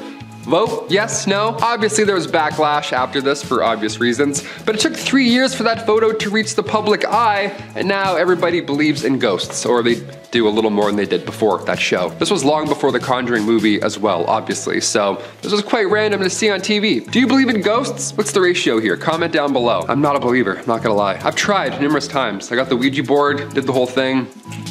Felt nothing, man. Like an 18-year-old on Christmas. I'm like, is that it? Is it done? Do I have to feel anything anymore? Number 8, Alfred Hitchcock and the MGM Lion. All right, you're gonna hear me roar after this one. This photo was from 1958. You've seen this at some point, right? Hopefully, or else, you know, we'll send over a VHS, we'll help you out. It was taken by Clarence Sinclair Bull. Now the photo appears to be, well, no, it doesn't appear to be at all. It's Alfred Hitchcock serving tea to a lion. Yeah, the famous MGM lion. His name's Leo. That's him. There he goes. He's getting tea. He loves suspense and tea. Who would have thought? And company, it appears. North by Northwest was the only film that Hitchcock did with MGM. So there's a rumor now that he directed The Lion's Roar for the MGM intro, which is fun. But you're also like, okay, that's a real animal. That's sad. And also, that's probably nonsense. There have been 7 MGM lions in total. Yeah, not just one. But Leo was known to be the most friendly. I want to hear about the other 6. I'm like, what happened there? He's still in the logo today, but again, back in the 1950s, it's hard to say what it was really like on set. I mean, it's still a lion being held down for a photo, so probably wasn't a friendly vibe for that fella. Number 7, Gloria Steinem. Oh, here we go, a scandalous one. Back in 1963, the Playboy Club in New York City was booming. It was one of Hugh Hefner's greatest accomplishments at the time. This club was the talk of the town. That is until Gloria Steinem came in and started reporting some stuff. Gloria was a feminist writer. She's an icon. She created Miss Magazine back in 1972, but her career began much earlier, around the 60s. See, she got a job as one of these Playboy bunnies, you know, must be a comfortable getup. And she worked at the club undercover, secretly taking note on how this key holders only establishment was operating, right? Cool, what's going on here? What's the big scoop here? The staff were these young women, these beautiful young women, these bunnies. They had to wear the black bodysuits, the puffy white tails, the whole getup. And at age 28, Gloria worked undercover there for 3 weeks straight. And the piece she released after, appropriately titled A Bunny's Tale, great title, by the way, she nailed that one. It got so much attention that it kickstarted her freelance career and also made her a feminist icon. This photo of Gloria undercover shows you the comfortable work outfits she had to endure just to get the story out. Yeah, doesn't look like she had her non-slips on there. That's a write-up in my books. In a collection of her writings, Gloria reflects on the undercover piece, saying that it now has outlived all of the Playboy clubs, both here and abroad. That was before Hefner passed away in 2017, so I will add that you also outlived him as well. Good, he wasn't a very nice lad. Let's move on. Number 6, North Sentinel Island. All right, we got some people, some aliens, some ghosts. What else do we need, Taylor? How about some weird islands? Sure. North Sentinel Island. We gotta head over to India for this one. This island is the home of the Sentinelese tribe. You've probably heard about this at some point. One of the most forbidden islands in the world. But why? Located in the Bay of Bengal, North Sentinel Island is about 1,200 kilometers away from India. And while most islands are shrinking, this one actually grew back in 2014. Yeah, the universe is like, more. Yeah, you need more of this, sure. The island lifted up a couple of meters during an earthquake, so the west and south sides, they gained an extra kilometer. Nice. DLC unlocked. The inhabitants on this island are among the few uncontacted tribes left in the world. They have apparently been there for 50,000 years, and there's no sign of agriculture or even fire. Yet somehow this tribe has thrived for ages. Now, if we try and get close, they will try and drive anybody away. More than fair. Like, we have enough room. We're good. Let's just leave. In fact, back in 2006, 2 fishermen sadly lost their lives because they got too close to the island without knowing who was on it or what the island was. Yeah, you can't just approach random islands. You gotta do some homework.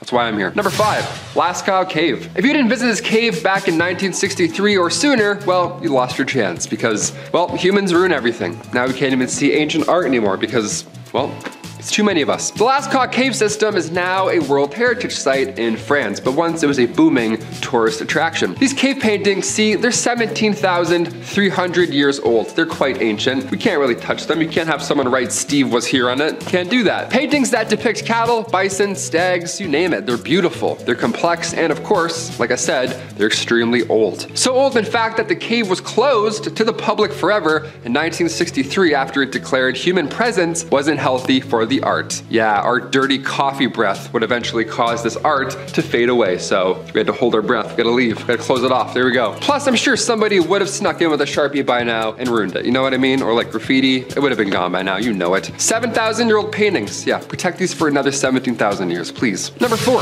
Surtsey Island. Another fun island, another weird story. Here we go. When it comes to new things in life, it's pretty rare that we get a new island, right? Especially on our planet when we're losing things and melting. How lucky are we? Sure. We're even luckier that Disney didn't build a resort here first, because now scientists, now they get a chance to study what an island looks like without human interaction. That's a fun little project to focus on in the future. That's cool. It's pretty cool. It's weird and scary, but it's cool, I guess. Yeah, I'm kind of nervous. I don't know. Surtsey Island in Iceland, as of right now, it's only open to a few scientists and geologists. Everybody else, beat it. Go find your own island. Get out of here. It was born from a volcanic eruption back in 1963, and scientists, they have one rule on this island. Don't talk about Fight Club. And the second rule is no seeds. Yeah, no life, no chance at life at all. Choose something else, anything else, please. One guy accidentally pooped out a tomato seed and he almost ruined the whole operation. Guy almost ruined his entire plan. What a stressful job. It's so eerie to see the oldest human history and then immediately after see a new island where humans are forbidden. It's like, we're not allowed to go and be places anymore. I'm kind of, that's not great. What are we doing here? I'm just breathing on things? I can't take a shit on this island? Number 3, Spaceman. Look, we've all been photobombed before. It's a blessing in disguise. You look back at prom photos, some dude's trying to do a moonwalk in between, his face is like melting this way. It's great. You're like, classic Jeff. It's the best. But when Jim Templeton took a photo of his daughter in a otherwise empty marsh long before Photoshop existed, and yet somehow there appears to be an astronaut in the background, well, that's not very fun, is it? That's a little bit concerning. Jim assures us that nobody was around when this photo was taken, which I of course believe, because why would you put your kid in a photo with whatever that is? That's, no thank you. It's not a weird, we're not gonna go and talk to that guy. Also, the fact that this man looks like he's from space, that ought to do it. That makes him more weird and believable. What are we looking at right now? I have no idea. Kodak even got involved in the story, like Kodak. Not Kodak Black, like the company. They got involved. They confirmed this photo was not tampered with. Yeah, and that's Kodak, right? They don't lie about anything. Spider-Man leak, Kodak's like, nah, it's Andrew Garfield. Don't listen to that. So authentic. Can confirm. Number 2, nursing home spirit. This photo was taken from a nursing home resident the same night that another resident had passed away, which is an odd thing to do. Just set up a camera thing right after, like, yeah, just in case, you know, maybe we'll catch one. Well, they did. This was back in 2015, and that night they heard a door open and close, but there were no visitors allowed at the time. So, you know, some Kodak was coming into the picture at this point. So now there's a great amount of people who think that this image is one of two things. It's either the spirit of the resident that passed away, or it's the Grim Reaper. Yeah, the door opening and closing. People think that was the Grim Reaper coming in and then leaving, which is so scary. How long was he in there? Was it like 46 seconds, 4 minutes? How long does this guy operate? Is he quick? Is it like bussing tables? Is he just like, all right, let's do this? Is he like Santa Claus? I feel like he's like Santa Claus. A few comments were also saying that it's comforting, this photo,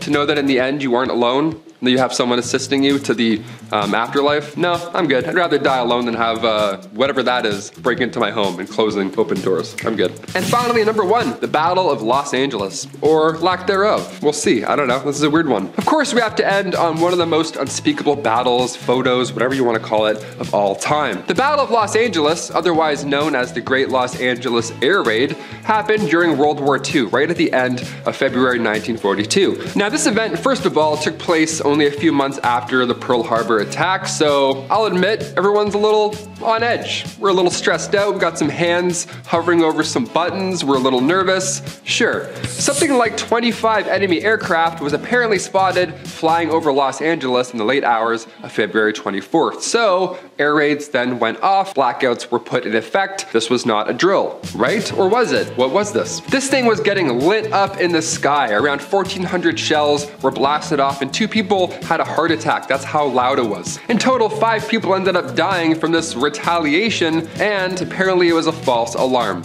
Although many now believe that it was UFOs or aliens, and that's why we were launching stuff at it. A press conference was held by the Secretary of the Navy, Frank Knox, and he called the incident war nerves. People have heart attacks. He's like, oops, I was nervous, my bad, slipped. Little quick reaction there. While we're on the topic of clicking stuff, maybe if you want to click that thumbs up and then give this video a like, subscribe, do all that fun stuff, that'd be great. That's really helpful for us, really. Kicking off our list at number 10, the Pioneer's Defense. Right off the bat, yeah, look at this one. I don't have to explain why it's creepy. in any way. A whole town appears to be wearing gas masks. Yeah, you could probably guess which era this is. This image was captured in 1937 by Russian photographer Viktor Bula. Adapting to new safety regulations these last few years have been challenging, no doubt about that. But in 1937, if you wanted to join the Young Pioneers, which is the Soviet version of the Boy Scouts, well, you had to wear these huge gas masks and part of military preparation. Yeah, welcome to Boy Scouts. Grab a button and then put this vacuum cleaner on your face. Enjoy. Break a leg. It's gonna hurt your back a bit. This photo is haunting. It's from the Leningrad area, and it happened while dictator Stalin was still in charge. These masks are so haunting to look at. We see them after the fact, but to see them being worn in real time in that photo, I don't know. Maybe this photo gets me because we can't see anybody's faces or ages,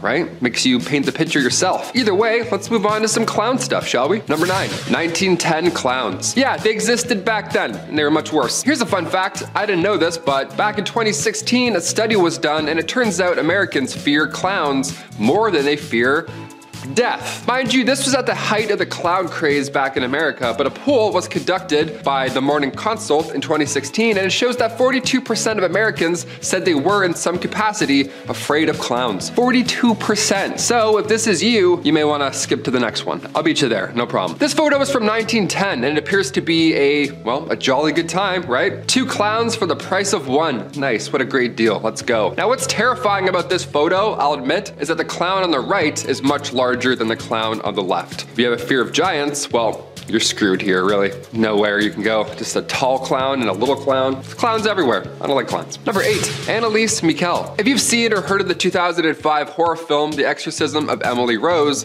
this one here should ring a bell. This is the OG photo. How scary is that? Anneliese Michel was a devout Catholic living a normal life with her parents in Germany. This was back in the late 1960s, but seemingly out of nowhere, she began to black out before showing strange behaviors. And when I say strange behaviors, I mean she would hallucinate and eat spiders. Stuff like that. Yeah, it was pretty scary. It was also extremely unhealthy, but ultimately Anneliese claimed to be possessed by the devil, and her parents soon had to agree. Cut to 67 exorcisms later, Anneliese sadly died of malnutrition at age 23 in 1976. And like I mentioned at the start of this point, her story was so widely known and shocking that it eventually inspired the 2005 horror film, The Exorcism of Emily Rose, which I have seen, and it is very scary. All real. Turns out. Sleep in fear. Number 7, the fire. This is a photo that comes to us from 2003. Not quite vintage, but still old enough. I'm 28. Yeah, where's time going? I don't know. This one came from the Station nightclub back in Rhode Island, and it shows the band Great White as they perform. Now, while this may seem like just a regular photo that somebody took on their Motorola Razr, what ensued shortly after this photo was taken is absolutely horrifying and tragic. Basically, as the band performed, there were some pyrotechnics that were set off, and they were meant to be a spectacular display, but they only ended up coming out as a disaster. See, the fireworks ended up setting all of the flammable acoustic foam in the walls and the ceiling all around them on fire. And it happened fast too, within 1 minute. Everything that was combustible ended up going in flames fast. Within 2 minutes, the entire club was fully engulfed in black smoke and people were having trouble finding exits. It was crowded, right? In the end, this fire took the lives of 100 people and another 230 were injured as a result. It has since gone down in US history as one of the worst and most deadly nightclub fires. Yeah, we look at Ball of Burning Men and think of what happened there. This is basically a 2003 version of that. More people, more flammable stuff, more pyrotechnics, and unfortunately, more deaths. Number 6, the Titanic. We all know the story of the Titanic. I mean, Olivia hasn't seen the movie, but we'll get to that later. It's one of the most famous in history, and this photo comes from just before that historic iceberg encounter. On April 10th, 1912, the Titanic set sail on its maiden voyage, heading from Southampton over to New York City. Now, the ship took a couple stops along the way, one in France and the other in Ireland, before setting off ultimately for the United States officially. Now, somewhere along the beginning part of its journey, somebody was able to snap a photo of the ship as it sailed away. Now, it's not clear exactly where this photo was taken because it's old and there's a lot of water, but it is thought to be the last photo of the ship ever before its tragic end. Considering it was only 4 days after the ship set sail that it hit the iceberg, it is likely that this photo came not too long before that terrible day. So yeah, there probably probably right. This was probably the last photo. Number 5, Oroville Dam. On February 13th, 2017 in Oroville, California, the Oroville Dam, which is the tallest dam in the United States that holds back a reservoir that contains 1.1 trillion gallons of water, well, that dam's main emergency spillways were damaged. This led to the emergency evacuation of 188,000 people over concerns that the damage's emergency spillway might just fail at this point. This was all caused by torrential rain and floods in the region, which then began to reveal the extensive damage in said spillway. This photo here shows the dam releasing 100,000 cubic feet of water per second into the main spillway. This is a feat of engineering, if anything. Now, luckily, a major disaster was avoided in the situation because of quick action by those responsible, but to see it unfold and to see how fierce it is, I don't like water, or pressure, or dams, or history. Let's move on. Number 4, the lipstick killer. This is a photo that comes to us from December 10th, 1945. Now, if looking at this image gives you a weird shudder or chill down your spine, you got instincts. Nice. You've heard about this in some way, or yeah, you read the title. You know it's some bad stuff coming. This was written by a terrible person known as the lipstick killer. This photo is an image of a note that he left written on the wall at one of his crime scenes. Now, the photo comes from the apartment of Frances Brown, as just before he wrote this message, he, as you would have guessed, took her life, sadly. After this message was left, he ended up taking the life of another person because he was finally caught by police 6 months later. The message, put in the photo, reads, "For heaven's sake, catch me before I kill more. I cannot control myself." Yeah, the lipstick killer wrote that. It's the scariest thing I ever heard. It's an absolute chilling note with a horrifying backstory. A lot of killers are getting their Netflix specials now, so I'm sure it's only time before he gets one. Number 3, eruption of Mount St. Helens. Mount St. Helens is a stratovolcano located in Washington. Now, the volcano is best known, of course, for its huge and disastrous eruption on May 18th, 1980. And we have a photograph of it, and it's very scary. This photograph comes from photographer Robert Landsberg, who of course was unfortunately in the area at the time of the eruption. Now, before the eruption, he had visited the area in order to photograph and document all the changes that were happening. Didn't expect this one. On May 18th, he was within a few miles of the volcano when it did erupt. Now, since he unfortunately was located so close to the eruption, he knew he wouldn't be able to escape this disaster. So instead of focusing on the impossible, he focused on taking as many photos as possible. Just like a historian at the end of his life, really. Robert was obviously incredibly brave and dedicated, and also very smart. After snapping as many photos as he could, including this one, he then secured his camera in his backpack and covered his backpack with his body. Protected history. It's like he knew he was unlikely to survive, but he still wanted to make sure that these photos did. That's why it was so important for me to bring it in this list today. His body was found 17 days later with his backpack still underneath him. Plan did work, and his film was of course developed and has provided geologists with some really valuable insights with his close documentation of the eruption. So historically, it's a feat, but also scientifically, it's one as well. Number 2, acid drum. This photo comes to us from the inside of the house of, well, you guessed it, another terrible person. The serial killer Jeffrey Dahmer. Yeah, we all know him. This photo was taken from the inside of his home right after he was found and caught by authorities. Now, before his arrest, he was sadly able to take the lives of 17 individuals. Now, although this photo may look kind of plain, dare I say, the horrors behind it are plentiful. This shot is simple. It shows a drum full of acid that was located inside of his home. You can only imagine the horrors. I don't need to tell you what this was used for, obviously. And I can't imagine the horrors that investigators saw when they first arrived to his house. Even investigating the crimes is one thing, but to show up and see this, it's too much. Thankfully, Jeffrey was caught, and in 1992, he was sentenced to life in prison, but just 2 years later, he was killed by a fellow prison inmate. Insert Curb Your Enthusiasm music. And finally, number 1, Europe flood. This photo comes to us from the summer of 2022, as people across Western Europe experienced disastrous flooding. Now, after days of heavy raining, it ended up turning rivers that were usually normal and calm into these raging currents that ravaged the streets, and sadly left cars and power lines just being swept away. Homes too, they got engulfed and residents were trapped inside. This photo was taken in Erstadt, which is just southwest of Cologne, and it shows how a bunch of houses collapsed due to subsidence, which is the sun sinking of the ground surface below. Now, unfortunately, these floods caused many people to lose their lives, mostly in Germany, but these were sadly dozens of people in Belgium as well, pretty much everywhere. Bigger than we thought initially, all of which was an absolute tragedy. Rescue workers worked tirelessly to help as many people as possible escape this terrible situation. I couldn't even imagine responding to this, let alone being caught up in it. It's terrible. Those are the top 10 most unsettling vintage photos forbidden to the public. If you have any other ideas and stuff, comment down below. There's a lot of photos of horrible eras out there, and I'll find them.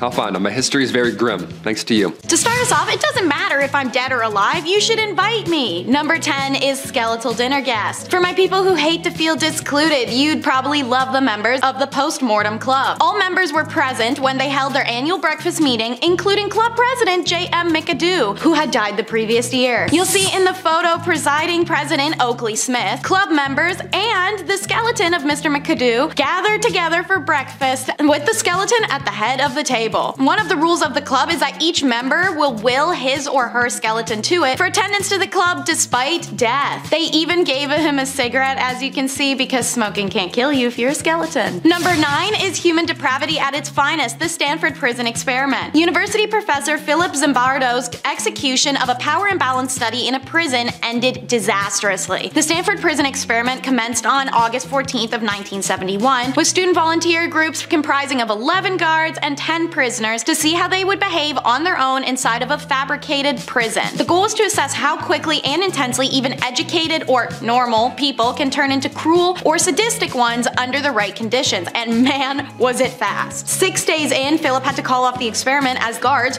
were increasingly abusive to the inmates, spraying them with fire extinguishers, forcing them to clean toilets barehanded, denying them food, or just simply beating on them. The inmates and few guards who were visible minorities faced the worst treatment out of everyone. The study and the eerie photos of it inside left behind a chilling look at what humans are capable of. A killer's plea is number 8. Alright, so obviously someone who takes other people's lives shouldn't get to plea anything, but in the case of the 1946 lipstick killer, their plea wasn't one for freedom or for mercy. At a Chicago crime scene, the perpetrator used lipstick to write on the wall, quote, "For heaven's sake, catch me before I kill, I cannot control myself." This message may actually sound kind of familiar. It's because TV shows including Criminal Minds, Castle, Law & Order, and so many more have actually taken inspiration from this image and its written message for varying episodes. The man who had written this message, William Hirons, gets his wish as he's caught soon after. He was convicted, and at the time of Hirons' death in 2012, he'd been locked up for approximately 66 years, making him the longest serving inmate in the USA. William's message is a reminder that not all those who commit heinous crimes are in their right of mind, and sometimes they have no ability to control their actions. While it's not an excuse, it is an explanation. Number 7 is the sacrifice of Michael Rockefeller. Michael Rockefeller was the son of New York Governor and soon-to-be US Vice President Nelson Rockefeller, and he famously disappeared in Papua New Guinea in 1960s. This photo is of his first trip there. Rockefeller can be seen centered and smiling as indigenous peoples circle and run around him. Michael's known for his travels. He loved to visit the unexplored and untouched areas of society and learn about cultures many considered primitive. He saw the art and beauty in them. This desire for adventure took Rockefeller to the remote reaches of Papua New Guinea in 1961. They arrived near the island of Dutch on November 19th, and even though they were 12 miles from shore, Rockefeller reportedly told anthropologist Renee Wassing, "I think I can make it," and jumped into the water and headed for land and was never seen again. It's believed at first that he drowned, but Rockefeller had done a swim like that to shore actually multiple times. Because he was a member of a super rich American dynasty, there was a massive search. Ships, airplanes, helicopters, everything combed the region for any sign of him. They found nothing. National Geographic reporter Carl Hoffman offered a far more disturbing thesis than drowning in his 2014 book, Savage Harvest. The island Rockefeller swam to was inhabited by the Asmat, an uncontacted and primarily unfriendly indigenous clan. Hoffman claims to have uncovered evidence showing that Rockefeller made it to land, where he was then decapitated by the Asmat people before they ceremonially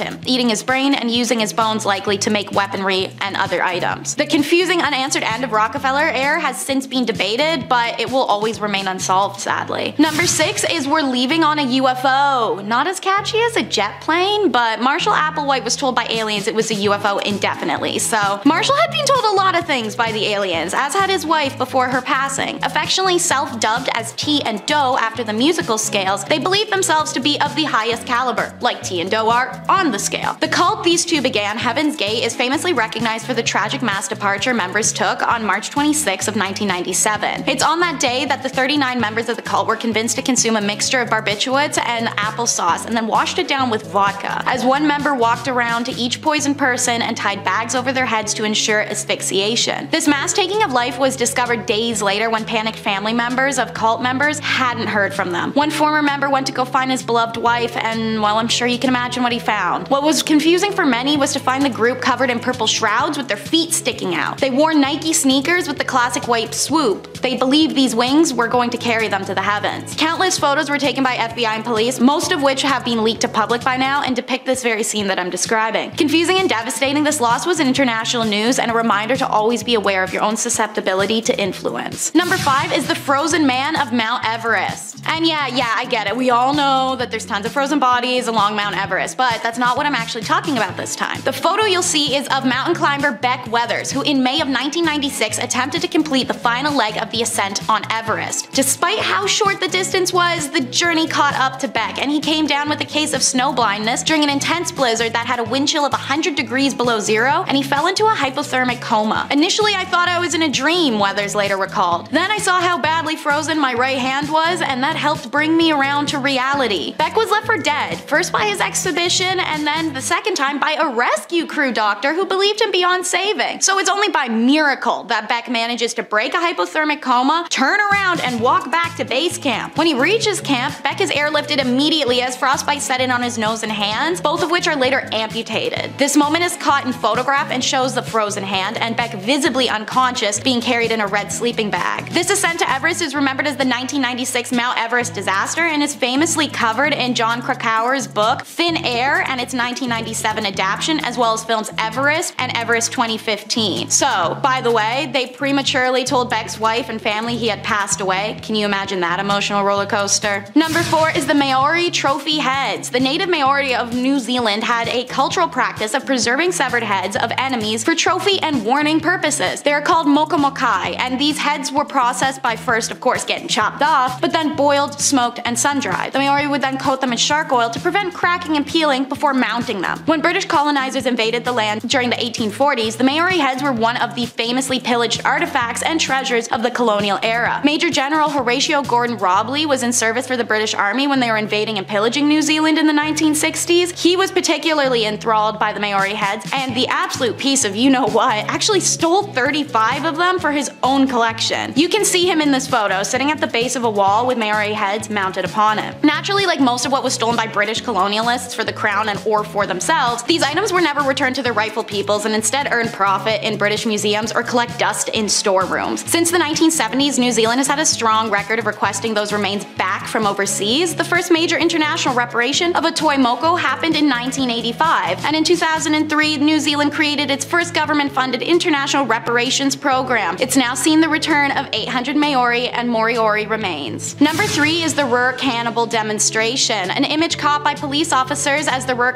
himself, Joachim Kroll, reenacts one of the crimes after his capture. Kroll was very particular about how he killed, and only doing so in the same place on a few occasions and years apart. This and the fact of the number of other killers operating in the area at the time, it helped him evade capture. This killer started in 1955 and didn't stop for 2 decades until his capture. He's known to have taken 14 lives without any rhyme or reason, no preference for age, gender, race, status, everyone was on the table. Pun intended, unfortunately, as Kroll wasn't just necrophilic with the bodies, he ate them too. After taking their lives and using their bodies, he would bring home pieces to cook. He was finally caught in 1976 after police discovered intestines from one of his victims clogging the plumbing of the apartment building. Police reported that when a neighbor had asked Kroll about them and if he knew what had backed up the pipes earlier, Kroll simply replied, guts. Why the police felt the need to reenact his crime photos, I'm not sure, but the result is several photos of Kroll propped over a volunteer in the park, looking full of ecstasy and primal delight that'll send a shiver down your spine. Number 2 is the tragic death of cosmonaut Vladimir Komarov. So, imagine knowing you're going to die but still walking aboard. That is what the Soviet astronaut Vladimir did on April 23rd, 1967. The craft had shown countless issues and flaws during testing, to an extent where it wasn't even just Vladimir who knew this was going to happen. It was everyone working the project. So why did it go forward despite clear danger? No one was willing to back out and risk the fury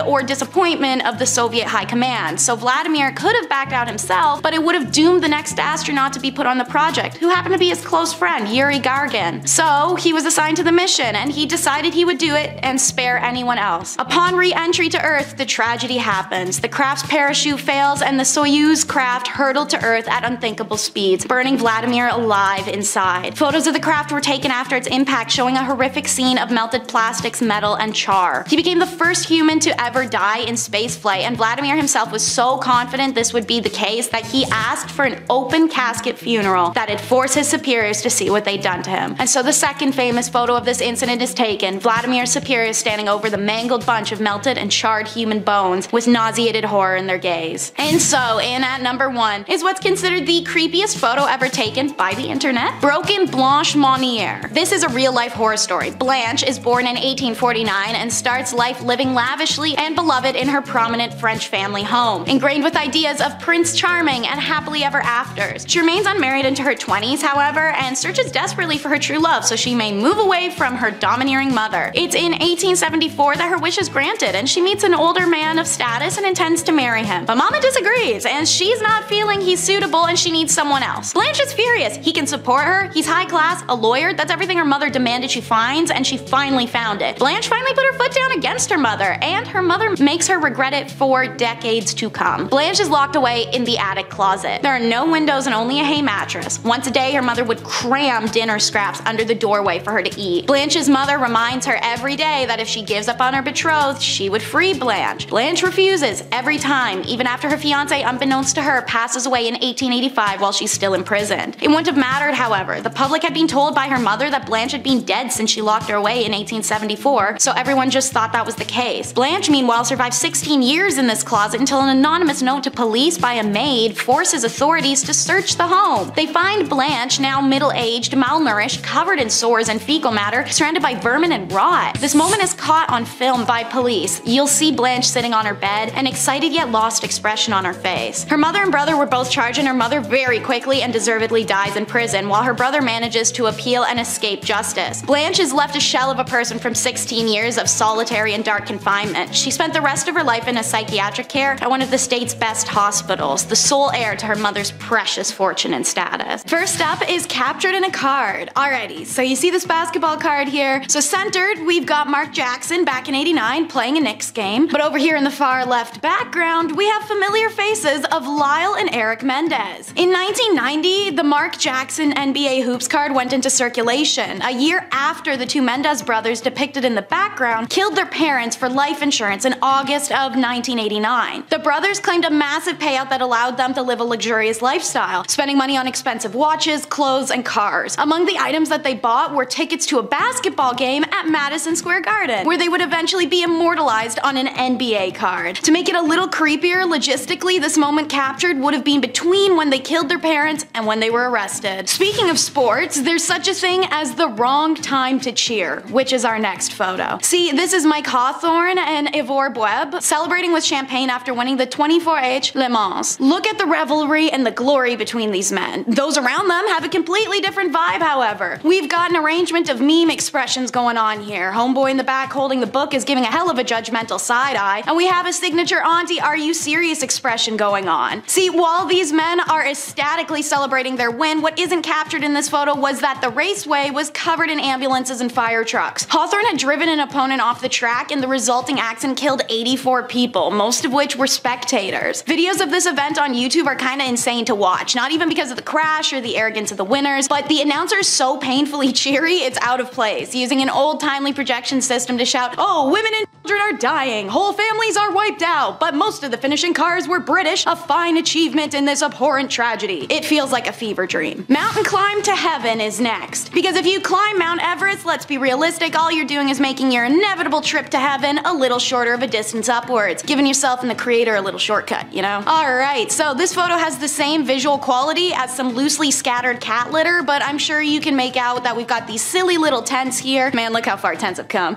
As well as these two dudes in what it looks like high socks. This is the 1924 British Mount Everest expedition. We've talked about a few Mount Everest climber groups and things that have happened to them in a few of our videos, so you may be familiar with this one from our channel. That or literally any Mount Everest movie. They tend to either pick one specific story to document or mismatch all of them together for one plot and then throw Jake Gyllenhaal up on a mountain. Anyways, this photo was taken of George Mallory and Sandy Irvin shortly after they made their ill-fated attempt to get to the summit. While Mallory's body is found found literally decades later in 1999, the body of Irvin never has been. Our next photo is of an undeserving celebrity. Why? Because the reason he's a celebrity is so extremely twisted that it blows me away, and I don't mean an undeserving in a Kim Kardashian made a family of talentless people famous through adult video kind of way. I mean in a seriously sick, twisted, criminal, undeserving way. I'll only be calling this man IS, as I do not believe any more infamy should be granted. The photo you see was from a Japanese magazine after he was released from prison due to insanity. IS killed Dutch-born Renee Harveld, and the two were studying in Sorbonne, Paris. He chose to do this because of her health and her beauty characteristics that he felt he lacked. IS considered himself weak, ugly, and small, and claimed he wanted to absorb her energy through, well, he had her body for 3 days. I'll simply let you piece together what I mean when I say that he had a considerable amount of this body missing and a very interesting fridge contents. But like I said, he was released, so how can you kill someone whilst on a student visa, desecrate remains, and then also do some pretty horrific acts posthumously? He is from a very wealthy Japanese family, and they somehow managed to get him released. Also, they paid the victim's parents a huge sum of money for the loss. That's the world we live in. After his release, he was frequently on talk shows, reviewed restaurants for magazines, and appeared in horror films. He even wrote a book on the murder of Renee. This next photo shows us you never know what could be just a reach away. This photo looks relatively normal. Now obviously it's not gonna be, it's on this list, and the fact that it's titled about reaching out to something, well, Sarah Funk, who you see here on the waterline, is a YouTube vlogger who's on a trip to Cyprus's Red Lake. And you can see her literally like 2 feet away from a suitcase lodged in the waterbed. It's 2 years after this photo's taken in 2019 that the drifting suitcase is retrieved and opened to reveal the corpse of a girl. She is one of 7 known victims of serial killer Nikos Mexata, whose signature was doing body dumps in suitcases. It's believed the reason this case was retrieved in the first place was due to previous sightings of it in the water once other victims of Nikos had started to be found and identified at the same time period. Sarah Funk has since commented on what it's like to know that she was so close to a body without being aware. I thought it was a log at the time, but in retrospect, I realized it wasn't. This is a completely fair explanation. As you can see from that picture, the case was incredibly dirty and hard to identify even as a briefcase. This man is the first recorded serial killer on the island of Cyprus and is currently serving 7 life sentences in central prison. Our next photo is recreating time. Pun is intended. The photo you see on screen is very peculiar, but not the most outlandish. It's a man standing shirtless behind the fence in a summer afternoon, looking like something out of an old country family album of sorts. His name is Fikret Alik, and he was photographed in this exact spot for a Time magazine cover back in 1992. You are quite literally looking twice with these images. Emaciated, it's almost hard to recognize him. Fikret can be seen holding his t-shirt in one hand and reaching with his other through the barbed wire to take someone's hand. This is during the Bosnian War from 1992 to 95, and Fikret was one of many prisoners held in camps at the time. This recreation of the Time magazine cover was taken in the mid-2000s, and the building behind him now is a community center without any plaques or memorials of the victims of the notorious prisoner camps in Bosnia. This region is now under the rule of the same faction that was responsible for the camp, so they engage in a lot of historical denials and concealing. Fikret's story remains one of incredible perseverance, especially as he and other victims still go before the UN today in battle to have reparations and acknowledgement. This vintage photo isn't so vintage, but it's old enough so I'm counting it. It's Bad Santa. This early 2000s family Christmas photo reps a normal looking scene. White picket fence family, the itchy velvet Christmas dresses, the big sparkly tree, and the serial killer Santa. That there is Bruce MacArthur. In the warm seasons, he is a landscaper, but working in the Agincourt Mall as Santa during the holidays. Between 2010 and 2017, he terrorized the gay village district of Toronto, Ontario. Luring men in through dating apps, he killed and disposed of 8 individuals in the planter boxes of properties he managed. For a long time in the community, people had known someone was taking gay men off the street, but the Toronto police were resistant in believing something was suspicious. I remember myself seeing posts on Reddit and Twitter mere months after the first of the disappearances, frustrated with the lack of police action and urging the community members to stay alert. It takes multiple victims and community engagement for police to start an investigation, and it's thankfully in the nick of time. They'd been watching Bruce for a while before his arrest when they saw a young man enter his place. After about a half hour of nothing, they decide to make the risk to move in for an arrest. When they entered the unit, the young man was tied up and unconscious, and they caught Bruce in the act. No way to plead guilty, my guy. He's found guilty of 8 counts of first-degree murder. Our next vintage photo is one that speaks to us still in modern times, a determined mother. This photo was taken on Mother's Day. The woman in it is Margie, a 23-year-old, and she's holding her infant son while attempting to hitchhike. As you can see, it was printed in a newspaper column and has a subject line describing Margie's struggle with her husband Mike to find an apartment. I imagine that struggle struggle alongside the fact that she is hitchhiking likely correlates with financial difficulties. Unfortunately, Margie's luck never got better. This is very likely the last photo of Margie alive. Less than 4 months later, she was killed by her husband Mike during a fight. In the time between this photo and her demise, their son Brandon had been taken away and put into foster care, where he was later adopted by his foster parents after Margie's sudden death. Little information exists on the photo other than this, and on what Brandon's life became. This is still recent enough history that some may recognize the story, the Manifesto Man. This photo seems so simple. A man appears to be in a wetsuit, he has multiple police badges displayed, and he sits in a stoic manner. This is no cop. In fact, this photo was taken after his arrest in July of 2011 for killing 77 people and injuring 250. Anders Behring had a manifesto for killing political enemies as a far-right extremist, first killing 8 people outside the tower block housing of the office of the Prime Minister. The method used caused distraction, enough for Anders slipping away in a police disguise to pull part 2 of his plan, which is hop in the ocean and swim to political youth wing summer camp just starting the season. He chose the summer camp for the politicians who came to visit the camp, which was for members of political youth adult clubs and organizations for co-ops, school courses, or just special interest in politics. Once on the island, well, he opened fire. Many who were afraid and unsure of where the danger was coming from went towards Anders for safety due to his police costume and received the opposite. His verbalized intent that day was to kill everyone he could, and thankfully he did not succeed. But some swam away and were rescued by people staying at campgrounds across the water who brought out boats to pull everyone out. Others hid in various places on the island. Netflix released the film 22nd of July about this event in Oslo, and the movies White Rage and Bravehearts also tell the story. Ultimately, this event only took place due to Anders' racist ideology, believing Norwegian politicians were lenient on immigrants. Let's talk about the most disastrous hostage crisis our world might have ever seen, the Gladbeck hostage bus.